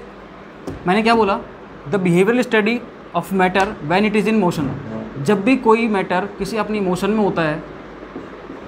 होता है उस टाइम पे उसकी बिहेवियरल स्टडी करना, उसके बिहेवियर की स्टडी करना, वो क्या होती है अपनी मैकेनिक्स होती है वो। अभी मैकेनिक्स दो होती है, एक होती है क्लासिकल मैकेनिक्स, एक होती है क्वांटम मैकेनिक्स। जब मैं अभी इसका थोड़ा सा ब्रीफ बताऊंगा क्वांटम मैकेनिक्स कैसे आया, इसका इवोल्यूशन कैसे हुआ, तब मैं इनके बारे में और ढंग से बताऊंगा। अभी मेरे को जो मेरा मोटो है मैं वो बताने जा रहा हूँ। एक्चुअल में जो मोशन होते हैं, ये जो अपना मैटर होता है, मैटर वो जो मोशन करता है, वो मोशन कितने प्रकार के होते हैं, 4 प्रकार के। वो कौन कौन से होते हैं, एक होता है अपना ट्रांसलेशनल, आप जानते हैं इन सब चीज़ों को, ट्रांसलेशनल। एक होता है अपना इलेक्ट्रॉनिक, एक होता है अपना वाइब्रेशनल, और एक होता है अपना कौन सा, रोटेशनल, सब जानते हैं चीज़ें, अपन ने थोड़ी बहुत स्पेक्ट्रो वगैरह ही पढ़ी है, इनको तो स्पेक्ट्रो में ही पढ़ते हैं अपन इन चीज़ों को। देखो मैंने क्या बोला, मैकेनिक्स का मतलब क्या होता है, the behavioural study of matter when it is in motion. और जो मोशन होते हैं वो क्या होते हैं, 4 प्रकार के, ट्रांसलेशन, इलेक्ट्रॉनिक, वाइब्रेशनल और रोटेशनल, ठीक है।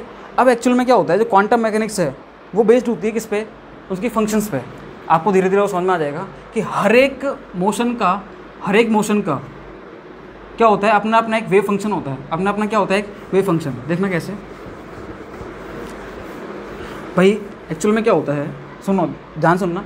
जब भी देखो, मैंने मैकेनिक्स का मतलब क्या बताया, मैकेनिक्स का मतलब मैंने बताया आपको, the behavioural study of matter when it is in motion.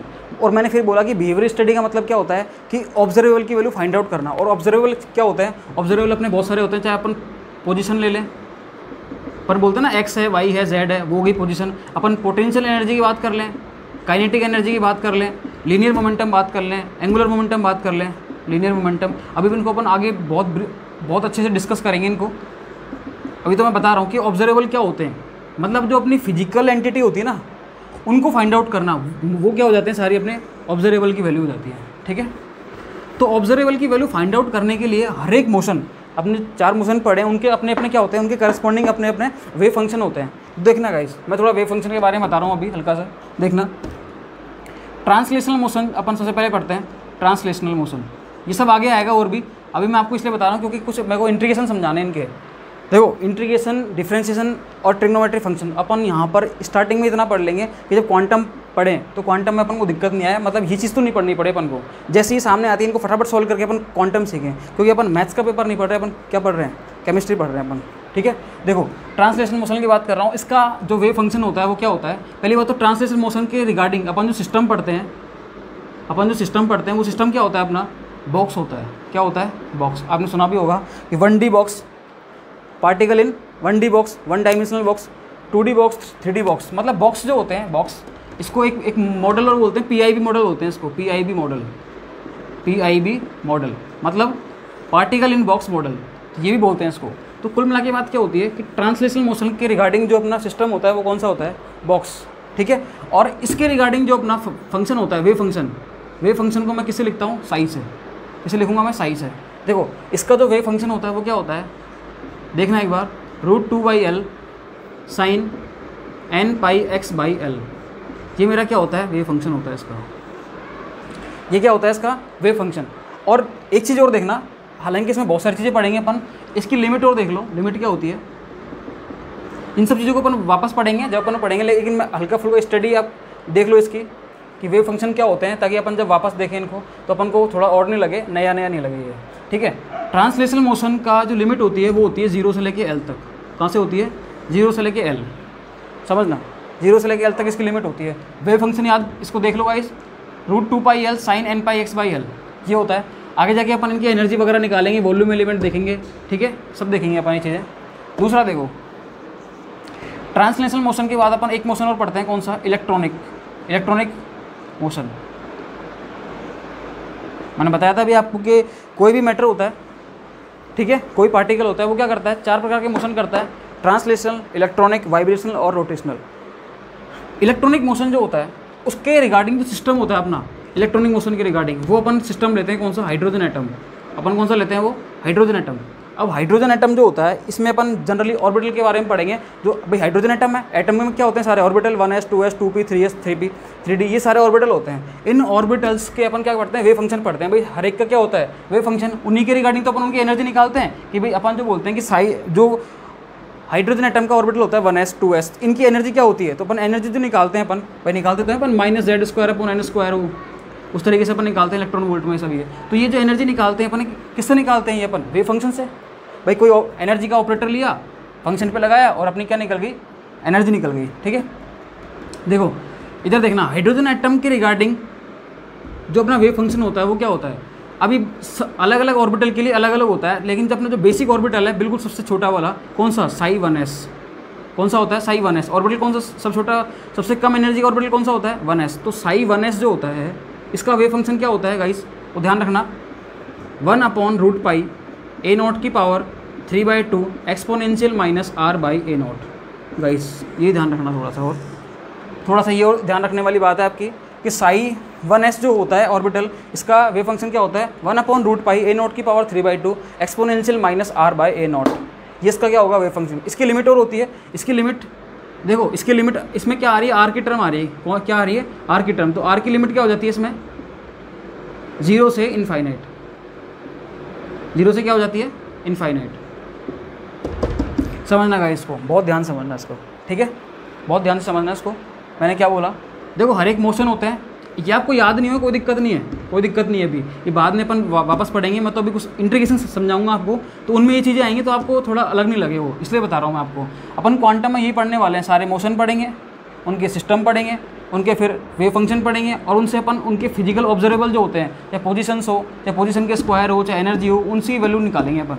ये अपन को पूरी क्वांटम में करना टोटली, ये अपनी क्वांटम मैकेनिक्स है, ठीक है। देखो ये हो गया। अब तीसरा जो मोशन पढ़ते हैं अपन, वो कौन सा होता है वाइब्रेशनल मोशन। कौन सा होता है वो वाइब्रेशनल मोशन। इस वाइब्रेशनल मोशन जो होता है, इसके रिगार्डिंग जो अपन सिस्टम पढ़ते हैं गाइस, वो पढ़ते हैं अपन SHO। ये सब जानते हैं इस चीज़ को, वाइब्रेशनल मोशन में जब अपन कोई भी सिस्टम लेते हैं, ठीक है, वो क्या होता है अपना SHO।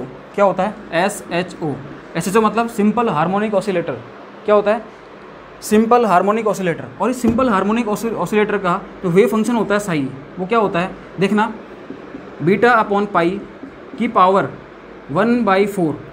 इसका वेव फंक्शन क्या होता है β/π की पावर 1/4 एक्सपोनेंशियल -β x²/2। ये लो, ये इसका क्या हो गया वेव फंक्शन हो गया। बोलो कोई दिक्कत है इसमें। देखो सब जानते हैं वाइब्रेशनल जो होता है, वाइब्रेशनल मोशन, इसका सिस्टम क्या होता है, इसका खुद का SHO होता है, सब पढ़ते हुए हैं। और SHO की लिमिट क्या होती है अपन पढ़ के तो हैं भाई। SHO का अपन एक ग्राफ पढ़ा करते थे कभी, अगर क्वांटम थोड़ी बहुत ही पढ़ी है तो इसका एक ग्राफ पढ़ा करते थे अपन। कैसे होता है ग्राफ इसका देखना भाई, यही तो होता था कि यहाँ पर लेते थे -इनफाइनाइट, इधर लेते थे +इनफाइनाइट, और इसका ग्राफ अपन यूँ पढ़ा करते थे। ये लो, तो लिमिट क्या हो गई -इनफाइनाइट से क्या हो गई +इनफाइनाइट। अरे समझ में आ रहा है ना। हाँ देखो इधर ये क्या है SHO है, इसका वेव फंक्शन ये रहा, और इसकी लिमिट क्या हो जाएगी -इनफाइनाइट से +इनफाइनाइट। ये इसकी लिमिट हो गई गाइस। थोड़ी लिमिट भी अभी देखते हुए चलना, याद हो रही तो बहुत बढ़िया, नहीं हो रही तो इतना ज़्यादा आपको हेडेक लेने की जरूरत नहीं है। क्योंकि जब अपन पर्टिकुलर सिस्टम पढ़ेंगे, बहुत डीप में पढ़ेंगे इनको अपन, तो वेव फंक्शन पे अपन इतनी स्टडी करेंगे, वेव फंक्शन तो अपन को एज इट इज़ याद हो जाएगा अपन को, तो ज़्यादा अपन को इतनी दिक्कत लेने की जरूरत नहीं है, ठीक है। देखो नेक्स्ट जो अपना मोशन आता है वो कौन सा आता है रोटेशनल मोशन। कौन सा आता है रोटेशनल मोशन। रोटेशनल मोशन इसको भी आप स्पेक्ट्रो में पढ़ते हो, स्पेक्ट्रोस्कोपी में, कि रोटेशनल मोशन जो होता है इसके रिगार्डिंग अपना सिस्टम कौन सा होता है रिजिड रोटर। कौन सा होता है रिजिड रोटर। देखो इसके रिगार्डिंग जो अपना सिस्टम होता है वो कौन सा होता है रिजिड रोटर। और रिजिड रोटर जो होता है इसका वेव फंक्शन क्या होता है देखना गाइस, ये रहा 1/√2π एक्सपोनेंशियल i/m⁵। ये लो, ये इसका क्या होता है वेव फंक्शन होता है किसका रिजिड रोटर का। ये किसका वेव फंक्शन है रिजिड रोटर का। और रिजिड रोटर जो है वो रोटेशनल मोशन का क्या है सिस्टम है, ये पार्ट है इसका ये, ठीक है। अब देखना गाइस, और इसका जो लिमिट होती है वो क्या होती है फाई है, तो फाई की लिमिट क्या होती है 0 से 2π। याद ही रख लेना इसको, बिल्कुल याद रखना। फाई जब भी आ गया तो आपको लिमिट क्या मेंशन करनी है 0 से 2π, बिल्कुल फिक्स है ये, ठीक है। अब देखो ये मैंने ये क्यों बताया, ऐसा क्यों बताया मैंने आपको ये चीज़ें भी, कि मैं तो इंटीग्रेशन पढ़ा रहा हूँ और मैंने ये फालतू अभी ये स्टार्टिंग में कर दिया, क्वांटम में स्टार्ट भी नहीं हुई अभी। देखो एक्चुअल में इंटीग्रेशन स्टार्ट होते मतलब क्वांटम में स्टार्ट हो गई, क्योंकि इंटीग्रेशन में अपन जो चीज़ पढ़ते हैं वो बहुत ज़्यादा यूज़ में आती है क्वांटम मैकेनिक्स में। मैं क्या कहना चाह रहा हूँ आपसे, देखना अब मैं ये कहना चाह रहा हूँ कि ये अपने क्या है वेव फंक्शंस हैं, और वेव फंक्शन पर अपन कुछ भी ऑपरेटर लगाते हैं अपन, जो उनसे आगे ऑब्जर्वेबल की वैल्यू निकालेगा। जैसे अपन जो भी निकालेंगे आगे वैल्यूज़, तो इनसे जब वैल्यू निकालते हैं अपन ऑब्जर्वेबल की, तो उस ड्यूरेशन में क्या होता है कि अपने पास कुछ ऐसी टर्म्स निकल के आती हैं, जिनमें अपन को इंटीग्रेशन की हेल्प लेनी पड़ती है। तो अब मैं क्या कर रहा हूँ, मैं गाइस देखना अभी मैं यहाँ पर आपको कुछ ऐसी चीज़ें सिखाऊंगा जिसमें ये हाइड्रोजन एटम, ये वाला ये इलेक्ट्रॉनिक मोशन जो है इसका वेव फंक्शन यूज़ में आएगा अभी, और SHO इसका वेव फंक्शन भी मैं यूज़ में लूँगा अभी। तो मैं इनके रिगार्डिंग जो इंटीग्रेशन आएंगे, कौन सा हाइड्रोजन एटम और SHO, इन दोनों के रिगार्डिंग जो वेव फंक्शन आएंगे और उनके से जो इंटीग्रेशन बनने वाले हैं, मतलब उसको सॉल्व कैसे करेंगे, तो उनको मैं सिखाने वाला हूँ गाइस अभी। इसका आप स्क्रीनशॉट ले लीजिए और इसको समझ लो ढंग से। कोई दिक्कत आए तो बता देना कमेंट में।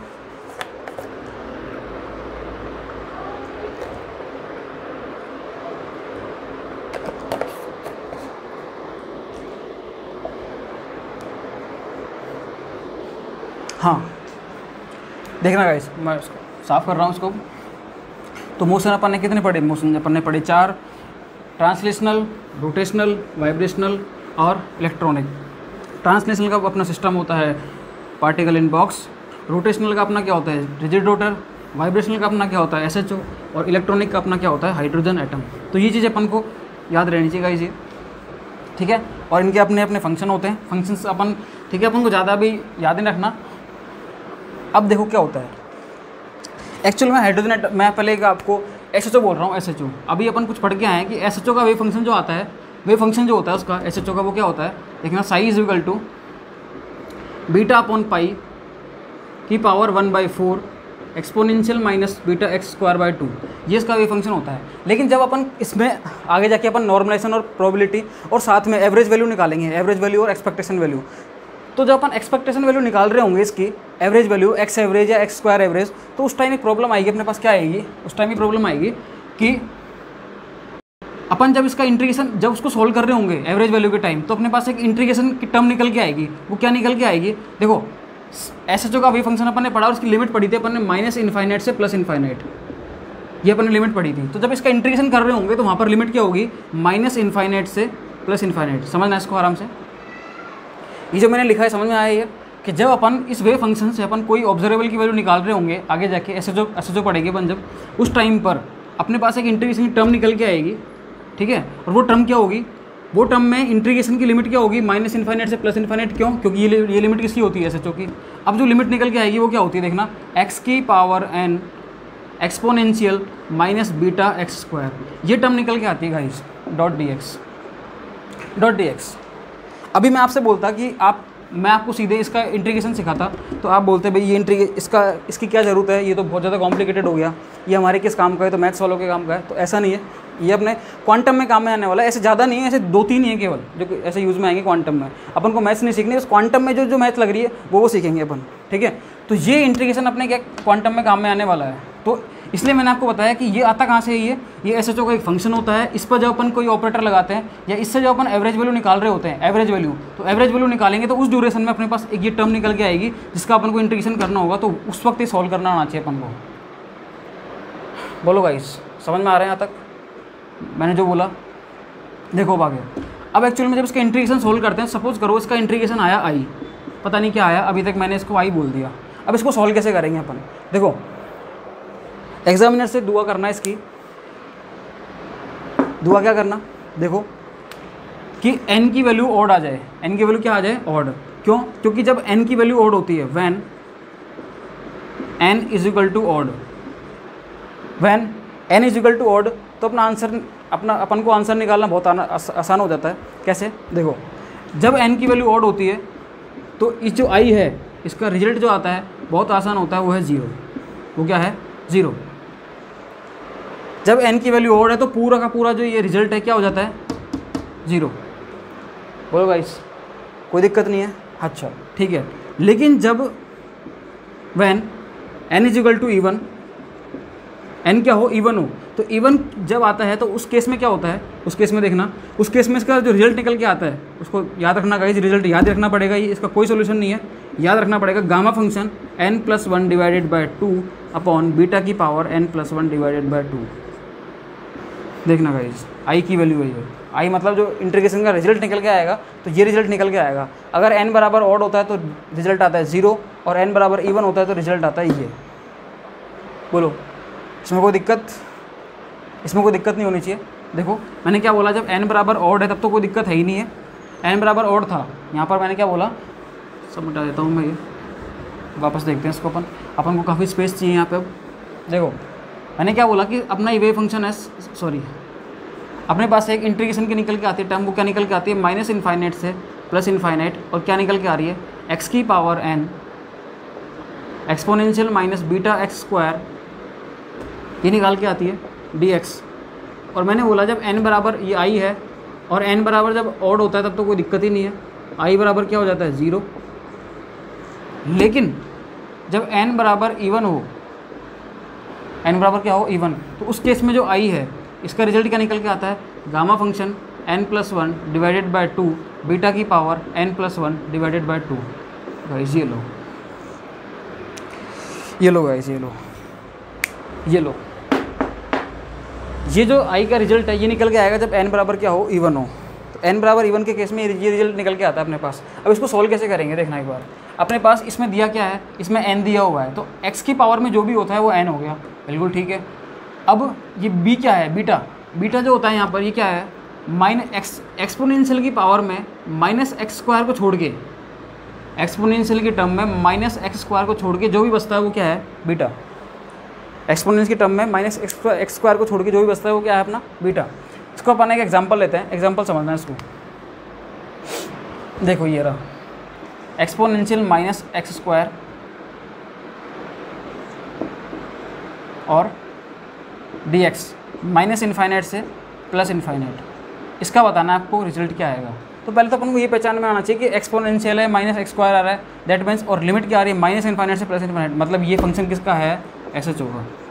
और जब भी SHO होता है तो अपन क्या देखेंगे सबसे पहले, जो x है, ये x, इसकी वैल्यू देखेंगे अपन कि इसकी पावर में क्या आ रहा है। अगर ऑड आ रहा है तो 0 कर देंगे, इवन आ रहा है तो अपन ये लगाएंगे फिर गामा फंक्शन वाला रिजल्ट।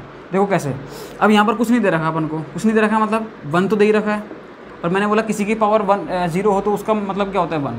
तो मैं ऐसे लिख सकता हूँ कि यहाँ पर x की पावर क्या है, 0। बोलो, अरे मैं लिख सकता हूँ ना इसको आराम से, क्या दिक्कत है। मैं क्या लिख सकता हूँ यहाँ पर कि x की पावर क्या है, 0, और इसका मतलब 1 हो जाएगा। अब देखो 0 जो होता है, x की पावर 0 आ गया मतलब क्या आ गया, इवन। x की पावर 0 मतलब क्या आ गया, इवन, मतलब इसका रिजल्ट क्या आएगा, ये आएगा। सॉल्व करते हैं इसको अपन यहाँ से। देखो n क्या आ गया, n बराबर आ गया 0। बीटा निकालते हैं अपन, मैंने बोला था कि -x² को छोड़ के, -x² को छोड़ के जो भी बचता है वो क्या है, बीटा। तो यहाँ पर -x² के छोड़ के कुछ है ही नहीं, तो क्या है, 1 है। बोलो कोई दिक्कत है इसमें, भाई इसमें कुछ है ही नहीं, इसमें क्या है, -x² को छोड़ के जो बचा वो क्या है, बीटा, तो 1 बचा। अब इसको अपन सॉल्व करते हैं। यहाँ पर देखो i = gamma function n+1, n क्या है, 0 + 1 / 2, और बीटा क्या है, 1। बीटा क्या है यहाँ पर, 1 की पावर 0 + 1 / 2। बोलो यहाँ तक कोई दिक्कत है।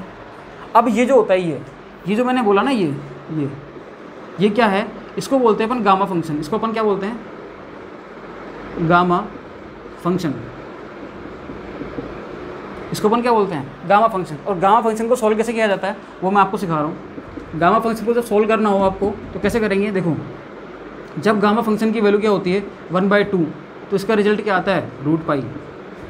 जब गामा फंक्शन की वैल्यू क्या होती है, 3/2, तो इसका रिजल्ट क्या आता है, 1/2 × √π। ऐसे चलेगा, ये आगे देखना कैसे, और देखो 5/2 आता है तो इसका रिजल्ट क्या आएगा, एक कम कर दो, 3/2 × 1/2 × √π।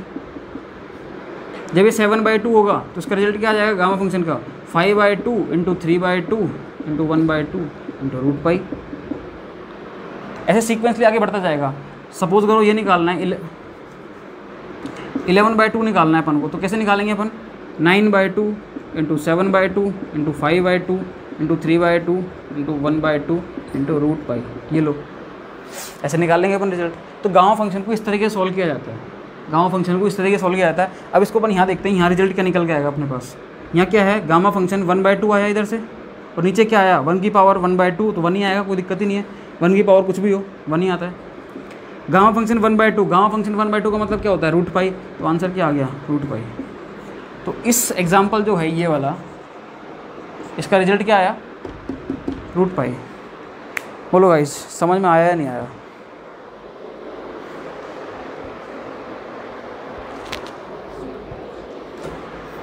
समझ में आया या नहीं आया गाइस, बोलिए। ये SHO का फंक्शन है। अगर इस टाइप का कोई इंटीग्रेशन आ जाए तो ये सॉल्व, अपन इसको इजीली सॉल्व कर सकते हैं, और ये सॉल्व करना आना चाहिए गाइस अपन को, ये ठीक है।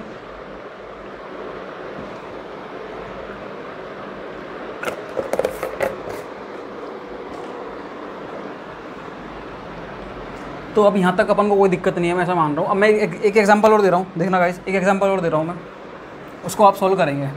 उसको क्या करेंगे, आप सॉल्व करेंगे उसको। देखो x की पावर 3 एक्सपोनेंशियल -4x²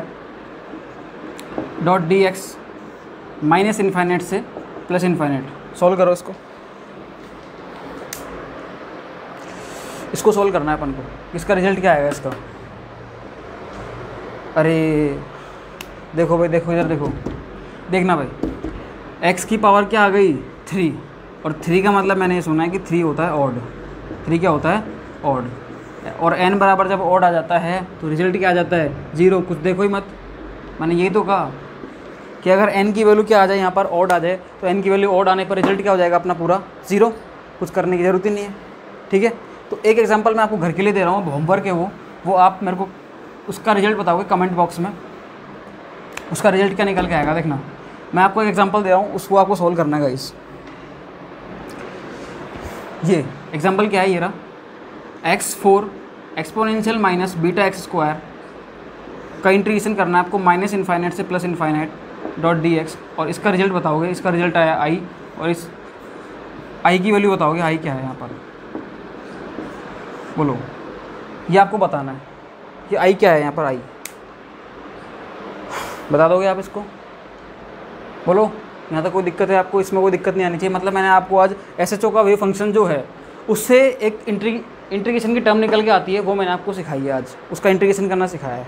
ऐसे ही देखो, मैंने आपको बोला था अभी 4 फंक्शन दिए थे, मैंने आपको बोला था कि SHO और हाइड्रोजन एटम, इनके जब इनका सॉल्यूशन निकालते हैं, इनसे अपन एक्सपेक्टेशन वैल्यू निकालते हैं, एवरेज वैल्यू निकालते हैं, तो उस ड्यूरेशन में अपने पास एक इंटीग्रेशन की टर्म निकल के आती है, एक तो SHO में और एक हाइड्रोजन एटम में। तो SHO वाली मैंने सिखा दी, अब अपने पास हाइड्रोजन एटम वाली टर्म और बचती है, उसको अपन सीख लेते हैं। तो अपने अब तक के क्वांटम में जितने भी इंटीग्रेशन आने वाले हैं वो सारे के सारे अपन सॉल्व कर चुके होंगे। फिर अपन जब वहाँ क्वांटम पढ़ेंगे तो क्वांटम में अपने पास केवल और केवल फोकस किस पे होगा, क्वांटम पे, मैथ्स पे फोकस नहीं होगा फिर अपना, क्योंकि मैथ्स अपन सीख चुके हैं, उसमें जो इन्वॉल्व मैथ्स है वो सारी सीख चुके हैं अपन।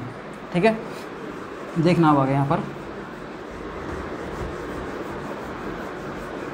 देखना, देखो हाइड्रोजन एटम जो है इसका, बिल्कुल हाइड्रोजन एटम स्टार्ट कर रहा हूँ, इसको भी ध्यान से समझना बहुत। देखो हाइड्रोजन एटम स्टार्ट कर रहा हूँ मैं, देखो हाइड्रोजन एटम का अभी मैंने एक वेव फंक्शन बताया था आपको।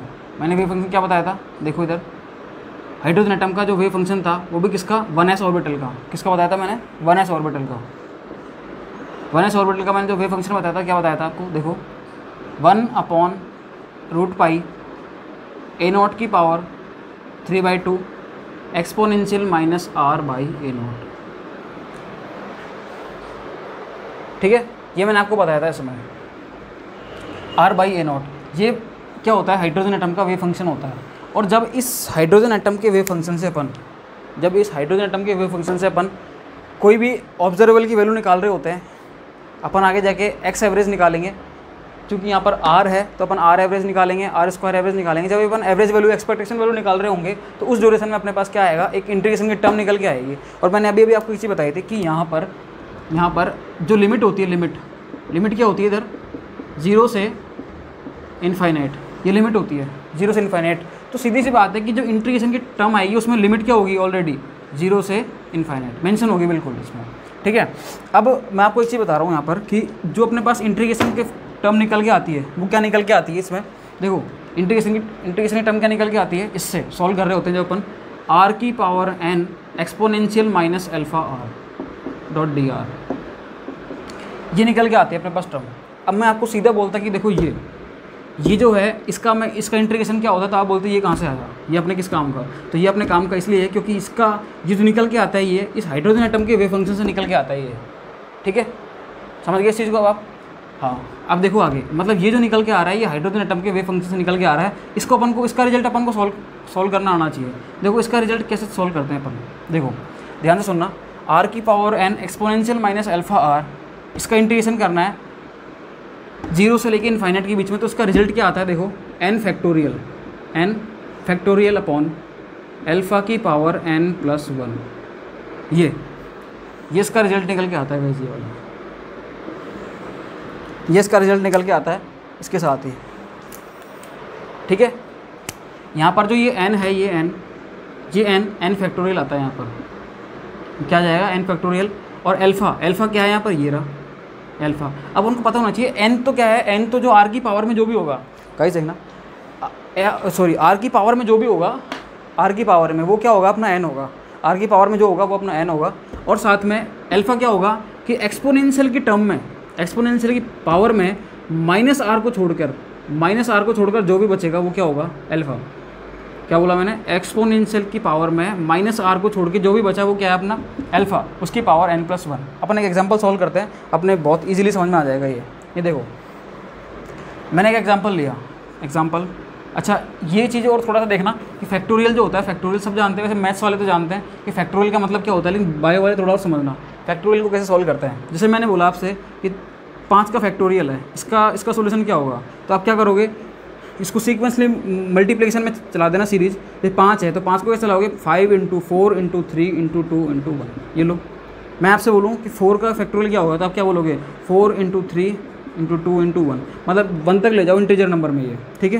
कुछ भी आ जाए, जैसे 10 है तो 10 का क्या हो जाएगा, 10 × 9 × 8 7 6 5 4 2 4 3 2, इस तरीके से हो जाएगा ये। तो फैक्टोरियल को सॉल्व करना बहुत आसान है, जो नंबर दे उस नंबर से आप क्या करो, एक एक कम करते हो मल्टीप्लिकेशन में पूरी सीरीज चला दो 1 तक, ठीक है।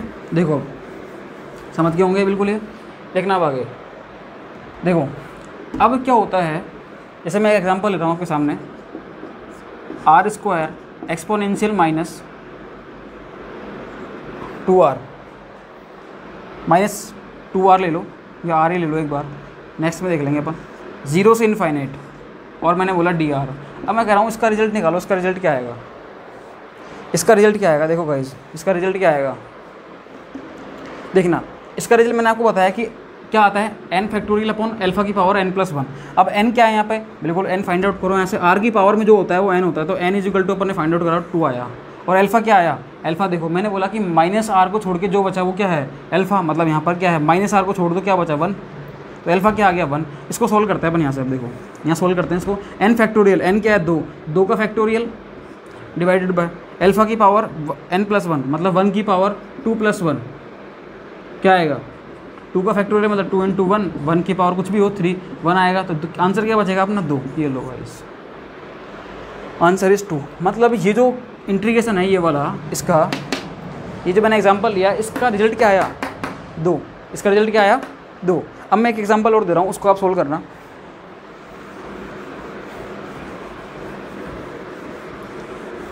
उस एग्जांपल को आप सोल्व करोगे। अब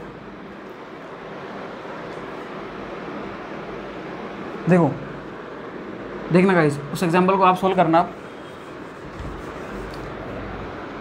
r³ एक्सपोनेंशियल माइनस r/2, इसका इंटीग्रेशन बोला मैंने 0 से इनफाइनाइट के बीच में, बताओ और इसका रिजल्ट क्या आएगा, बताओ इसका रिजल्ट क्या आएगा, सोल्व करो इसको आप।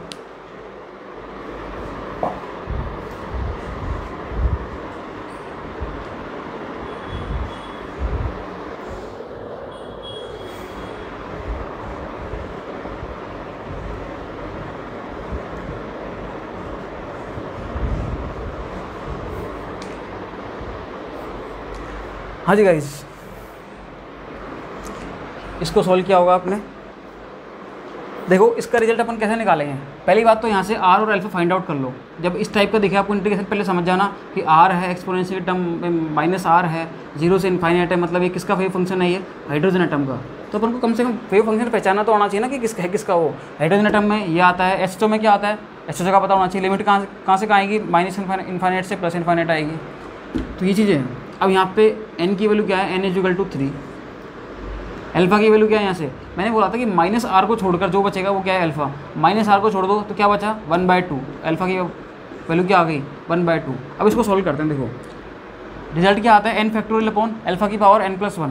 देखो n क्या है यहाँ पे 3, तो 3 का फैक्टोरियल डिवाइडेड बाय क्या आएगा, अल्फा की पावर, अल्फा क्या है 1/2 की पावर 3 + 1। देखो इसको सोल्व करते हैं। 3 फैक्टोरियल क्या होता है 3 × 2 × 1। ये देखो आगे नहीं, इसको सोल्व करते हैं। 1/2 की पावर क्या आ गई 4, 1/2 की पावर क्या आ गई 4।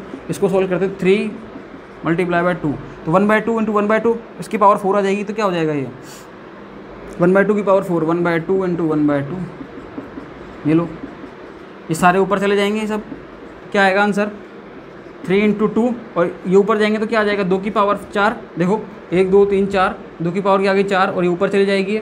इसको मल्टीप्लाई कर दो, 3 दूनी 6, इसका क्या होता है 16। आंसर क्या आएगा इसका 96।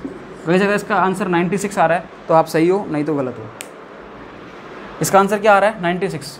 कुछ नहीं किया मैंने यहाँ से ये n की वैल्यू निकाली। n की वैल्यू क्या है 3, क्योंकि r की पावर में जो होता है वो क्या होता है n। उसके अलावा माइनस आर को छोड़ के जो बचा वो क्या है अपना अल्फा 1/2 उसके बाद मेरे पास फॉर्मूला क्या होता है इसको सॉल्व करने का, n फैक्टोरियल अपॉन अल्फा की पावर n+1। जब मैंने सॉल्व किया इसको n फैक्टोरियल लगाया, 3 का फैक्टोरियल 1/2 की पावर भी लगा दी मैंने, 3+1 ये आया रिजल्ट निकल के, और अल्टीमेटली मेरे पास आंसर क्या आ गया 96। तो गाइज यहाँ पर अपने इंटीग्रेशन के फॉर्मूले जो अपने मैक्सिमम क्वांटम में यूज़ आएंगे अपन ने यहाँ पर सॉल्व कर लिया। मतलब अपने पास अब ऐसा कोई फार्मूला नहीं है जो यूज़ में नहीं आए। हाँ कुछ वैल्यू वाले जो हैं वो भी मैं 3-4 फार्मूले और बताने वाला हूँ आपको भी, वो थोड़े ध्यान रखना आप, तो उनको और मैं बताने वाला हूँ। जब तक आप इसको उतार लो, इसका आप स्क्रीनशॉट ले लो आप इसका।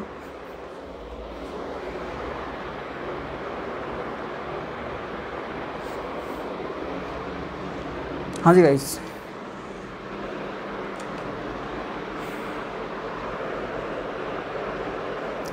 इसमें कोई दिक्कत है? इसमें कुछ है ही नहीं। अपन को क्या करना है, बस एक तो वेव फंक्शन पहचान में आना चाहिए ताकि क्वांटम में भी दिक्कत नहीं आए अपन को। तो वेव फंक्शन तो पहचान में अपन को आना ही चाहिए कि वो हाइड्रोजन एटम का है, SHO का है, तभी तो अपन क्वांटम में आगे बढ़ पाएंगे। मैथ्स तो अपन इतनी पढ़ रहे हैं कि बस अपने क्वांटम सॉल्व हो सके। क्वांटम में क्वेश्चन आए हुए हैं जो भी किसी भी कॉम्पिटिटिव एग्जाम में, वो सारे अपने सॉल्व हो सके, बस इतना पढ़ रहे हैं अपन केवल इसमें। ठीक है, अब देखो कुछ फॉर्मूले और बता रहा हूँ मैं आपको, उनको और देखना।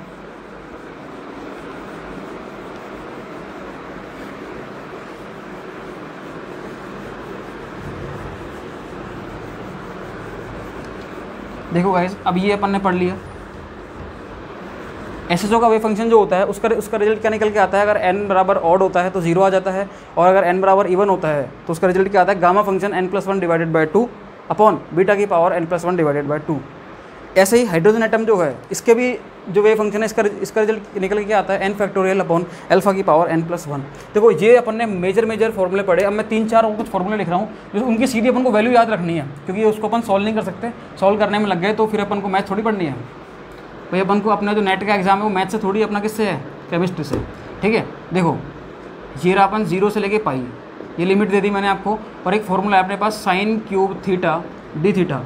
इसकी वैल्यू याद रहनी चाहिए आपको हमेशा। ठीक है, अपन इसको सॉल्व नहीं करेंगे, सीधा याद करेंगे। इसकी वैल्यू क्या होती है 4/3। ये वैल्यू हमेशा आपको याद रहनी चाहिए। हाइड्रोजन एटम में देखो मैं क्या बता रहा हूँ, हाइड्रोजन एटम में मैंने आपको, देखो वापस देखो, एक्चुअल में मैंने क्या बोला कि हाइड्रोजन एटम में अपने पास कुछ चीज़ें हैं वो अपन को याद रहनी चाहिए हमेशा। हाइड्रोजन एटम जो है इसके कुछ फॉर्मूले हैं वो अपन को याद रहने चाहिए। एक तो फॉर्मूला मैंने अभी भी बताया आपको, क्या बताया, r की power n exponential minus alpha r, इसका इंटीग्रेशन है 0 से इनफाइनाइट डॉट dr।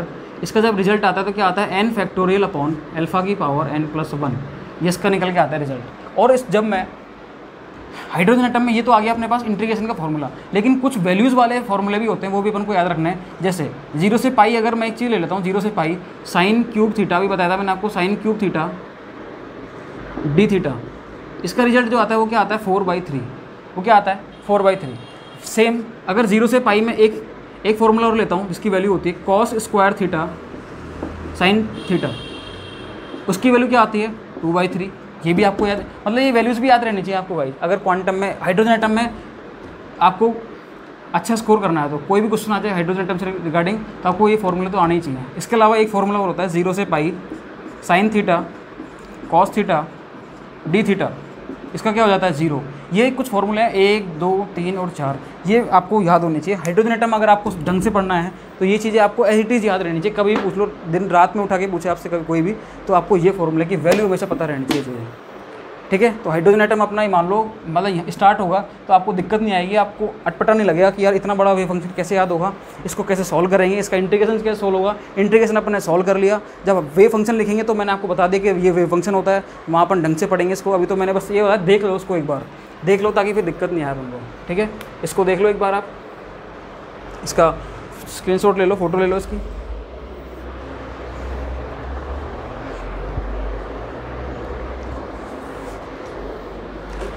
हाँ गाइस, इसमें कोई दिक्कत नहीं होनी चाहिए, वैसे तो मेरे हिसाब से तो कोई दिक्कत नहीं होनी चाहिए इनमें।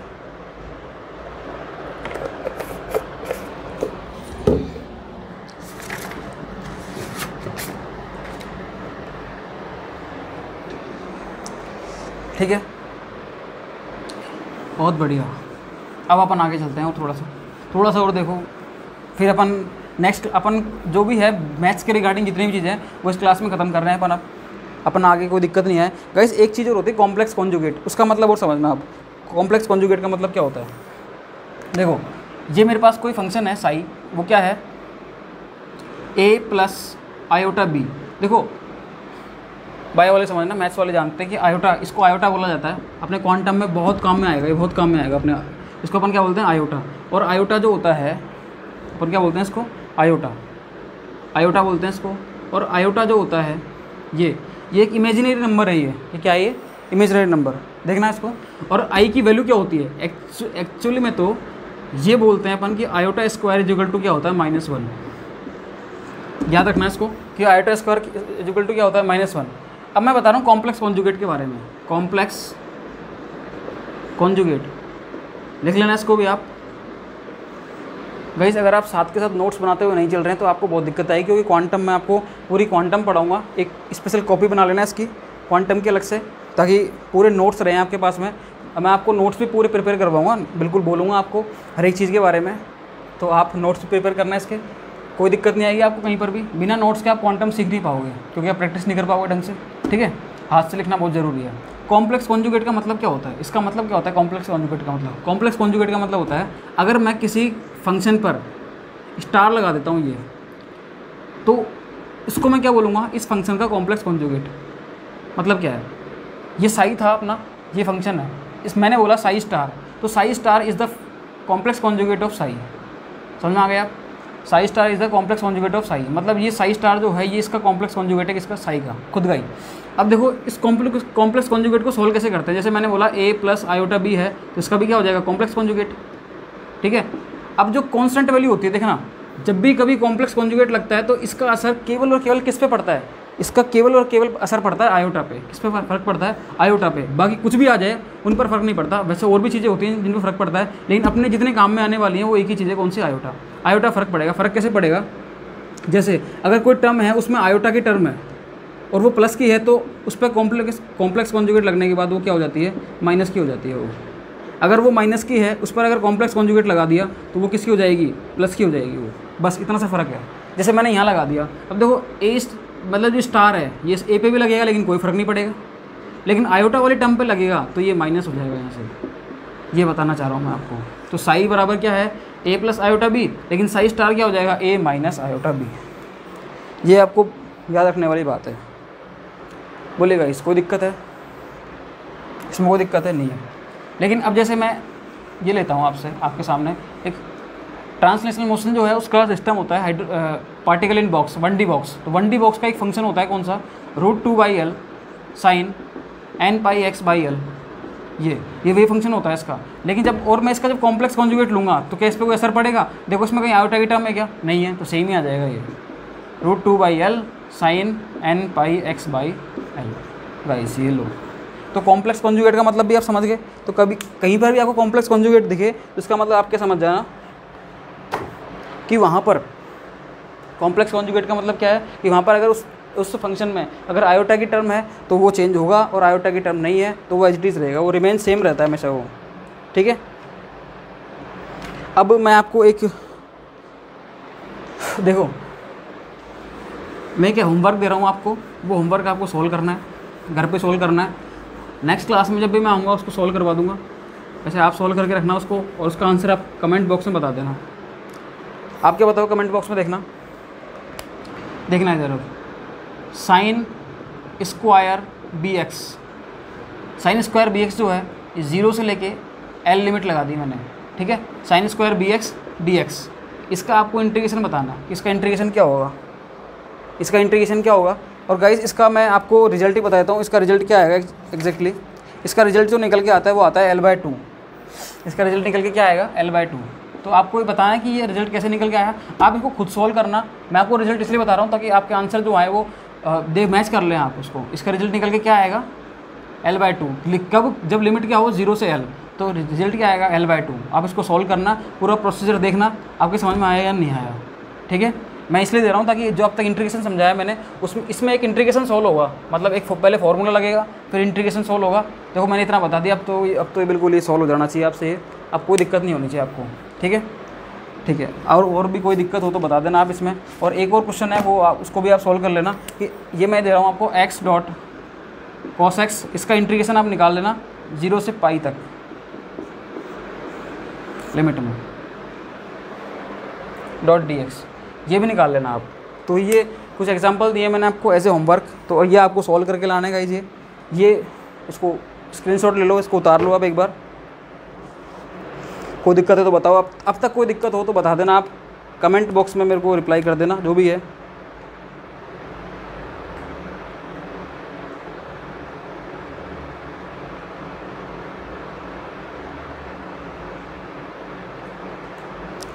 ठीक है गाइस, अब थोड़ा देखो आगे और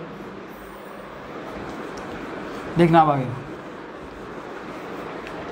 अब मैं आपको कुछ बताता हूँ एक चीज़, फंक्शन जो होता है, फंक्शन जो होते हैं, क्योंकि अब अपनी क्वांटम स्टार्ट होने वाली है नेक्स्ट क्लास से। अपनी बेसिक मैथ लगभग पूरी कंप्लीट हो चुकी है, अब कुछ नहीं बचा उसमें। ट्रिग्नोमेट्री फंक्शन पढ़ा दिए, डिफरेंशिएशन पढ़ा दिया, इंटीग्रेशन पढ़ा दिया, उसमें कुछ नहीं बचा। अब क्वांटम स्टार्ट हो जाएगी नेक्स्ट क्लास से। एक लेक्चर में मैं आपको पूरा बताऊंगा कि इवोल्यूशन कैसे हुआ, क्वांटम होती क्या है, क्वांटम की ज़रूरत क्यों पड़ती है अपन को, और क्वांटम जैसे अपन पहले क्लासिकल मैकेनिक्स पढ़ते थे, तो अभी क्वांटम मैकेनिक्स की ज़रूरत क्या पड़ी अपन को इसकी, और होती क्या है, सब कुछ पढ़ेंगे उसमें अपन। इवोल्यूशन क्या हो, कैसे हुआ, उसका क्यों ज़रूरत पड़ी। ठीक है, एक बार मैं फंक्शन के बारे में बताता हूँ। फंक्शन जो होते हैं, देखो फंक्शन दो होते हैं, ये सिमेट्रिक और एंटी सिमेट्रिक। फंक्शन कितने होते हैं, दो होते हैं, सिमेट्रिक और एक होता है एंटी सिमेट्रिक। एंटी सिमेट्रिक भाई, फंक्शन जो होते हैं वो दो होते हैं, सिमेट्रिक और एंटी सिमेट्रिक। अब इसका मतलब क्या है, इसका मतलब यह है कि सिमेट्रिक फंक्शन का मतलब क्या होता है। देखो सिमेट्रिक फंक्शन का मतलब ये होता है कि साई है, समझना है इसको, साई है और ये कोई एक्स के मतलब इसमें कोई वेरिएबल है एक्स। जब मैं इस एक्स को माइनस एक्स से रिप्लेस करता हूँ, समझना गाइस, इसको बहुत ध्यान समझना। जब मैं इस वेव फंक्शन की वे में वेरिएबल जो है एक्स, इसको माइनस एक्स से रिप्लेस करता हूँ और मेरा फंक्शन सेम रहता है, समझो। जब किसी वेव फंक्शन में एक्स वेरिएबल को मैं एक्स को माइनस एक्स से रिप्लेस करता हूँ और मेरा फंक्शन सेम रहता है, तो उस फंक्शन को मैं क्या बोलता हूँ, सिमेट्रिक फंक्शन। उसको मैं क्या बोलूँगा, सिमेट्रिक फंक्शन। ध्यान सुनना गाइस, जब किसी भी फंक्शन में एक्स की टर्म को मैं माइनस एक्स से रिप्लेस करता हूँ, मेरा फंक्शन चेंज नहीं होता है, वो एज इट इज़ रहता है, it remain same, then it is known as symmetric function. ठीक है गाइस, अब देखते हैं अपन एंटी सिमेट्रिक फंक्शन क्या होता है। एंटी सिमेट्रिक फंक्शन, जब किसी फंक्शन में एक्स को मैं रिप्लेस करता हूँ किससे, माइनस एक्स से। किससे रिप्लेस करा मैंने, एक्स को, एक्स के लिए मैंने क्या रख दिया, माइनस एक्स, तो मेरा फंक्शन भी क्या आ जाए, इसके आगे माइनस आ जाए, मेरा फंक्शन चेंज हो जाए। चेंज कैसे हो जाएगा, उसके आगे क्या आ जाएगा, माइनस, तो उस फंक्शन को मैं क्या बोलूँगा, एंटी सिमेट्रिक। ठीक है, इसको आप लिख लेना, when x is replaced by minus x and there is no change in the function, that is known as symmetric function. And when x is replaced by minus x and our function will change into the anti symmetric, then it is known as anti symmetric function. मतलब इसके आगे अगर minus आ जाता है तो function क्या हो जाता है, वो एंटी सिमेट्रिक, और अगर माइनस नहीं आता है, फंक्शन सेम रहता है, तो सिमेट्रिक फंक्शन होता है वो। ठीक है, ठीक है गाइस, तो ये फंक्शन के बारे में हो गया थोड़ा सा। तो इसके बारे में आप समझ लो थोड़ा सा और, ये फंक्शन है। तो गाइस अपन ने अब तक जो पढ़ा वो क्या क्या है, अपन ने बेसिक मैथ पढ़, क्वांटम में अपन ने पढ़ा बेसिक मैथ के बारे में। बेसिक मैथ में अपन ने पढ़ा ट्रिग्नोमेट्रिक फंक्शंस, डिफरेंशिएशन, इंटीग्रेशन, और आज अपना ये सारी की सारी मैथ्स खत्म हो चुकी है। ठीक है, तो गाइस अब अपन नेक्स्ट लेक्चर में पढ़ने वाले हैं अपन क्वांटम मैकेनिक्स क्या होती है, क्यों इसकी ज़रूरत पड़ी, इसका इवोल्यूशन कैसे हुआ, और कौन कौन से साइंटिस्ट आए, उन्होंने कैसे कैसे इसमें अपना अपना योगदान दिया, वो सब अपन पढ़ने वाले हैं इसमें। वो बहुत इंटरेस्टिंग है, मतलब एक क्वांटम होती क्या है, कैसे आई वो, क्वांटम की नीड क्यों हुई, क्यों ज़रूरत पड़ी इसकी, क्यों है क्वांटम। अपन पूरा का पूरा काम क्लासिकल मैकेनिक्स में तो थी भाई, जो मैकेनिक्स है मैंने आपको बताया था ना, मैकेनिक्स जो होती है वो दो प्रकार की थी। मैकेनिक्स कितने प्रकार की थी, दो प्रकार की, एक तो थी अपनी क्लासिकल और एक थी अपनी क्वांटम। तो ये क्वांटम की जरूरत क्यों पड़ी, क्या इससे काम नहीं चल रहा था, क्या इससे काम नहीं चल रहा था क्वांटम क्लासिकल मैकेनिक्स से, कि इसकी ज़रूरत पड़ी अपन क्वांटम की। ठीक है, तो अपन ये पढ़ेंगे कि इसकी ज़रूरत क्यों पड़ी, क्यों हुआ, एवोल्यूशन कैसे हुआ, कौन कौन से साइंटिस्ट आए इसमें, सबका अपना अपना रोल अपन देखेंगे, वो अपन देखेंगे नेक्स्ट लेक्चर में। तो हाँ गाइस, अब तक हमने पढ़ा क्वांटम मैकेनिक्स में जो इन्वॉल्व होती है मैथ्स, बेसिक मैथ जो इन्वॉल्व होती है, उसके बारे में हमने पढ़ लिया।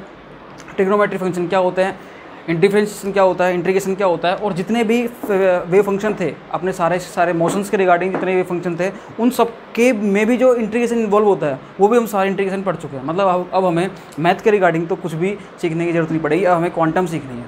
तो गाइस अब यहाँ तक हम नेक्स्ट लेक्चर में, अब तक मैथ्स पढ़ लिया हमने, अब नेक्स्ट लेक्चर में हम क्वांटम मैकेनिक्स स्टार्ट कर देंगे। तो गाइस इस चैनल को अब आप लाइक कीजिए, सब्सक्राइब कीजिए, और जिन लोगों को इसकी नीड है वहाँ तक इस लेक्चर को आप पहुँचाइए, इन लेक्चर्स को। ताकि उनकी भी हेल्प हो सके। जो कोई भी स्टूडेंट्स ऑनलाइन कोचिंग वगैरह हैं, ऑफलाइन कोचिंग है, जो उनको अफोर्ड नहीं कर पाते हैं, तो उन तक इसको ज़रूर पहुँचाइए गाइस। उन्हीं के लिए बनाया गया है चीज़ें। और गाइस और भी कोई दिक्कत हो तो आप कमेंट बॉक्स में लिख देना। कमेंट बॉक्स में आप कमेंट कर सकते हो, हम आपके सभी कमेंट्स का रिप्लाई करेंगे। उनका जो भी आपकी प्रॉब्लम्स होंगी उनका सोल्यूशन भी देंगे आपको। ठीक है गाइस, तो please thank you so much and like, share and comment on this channel. Thank you so much.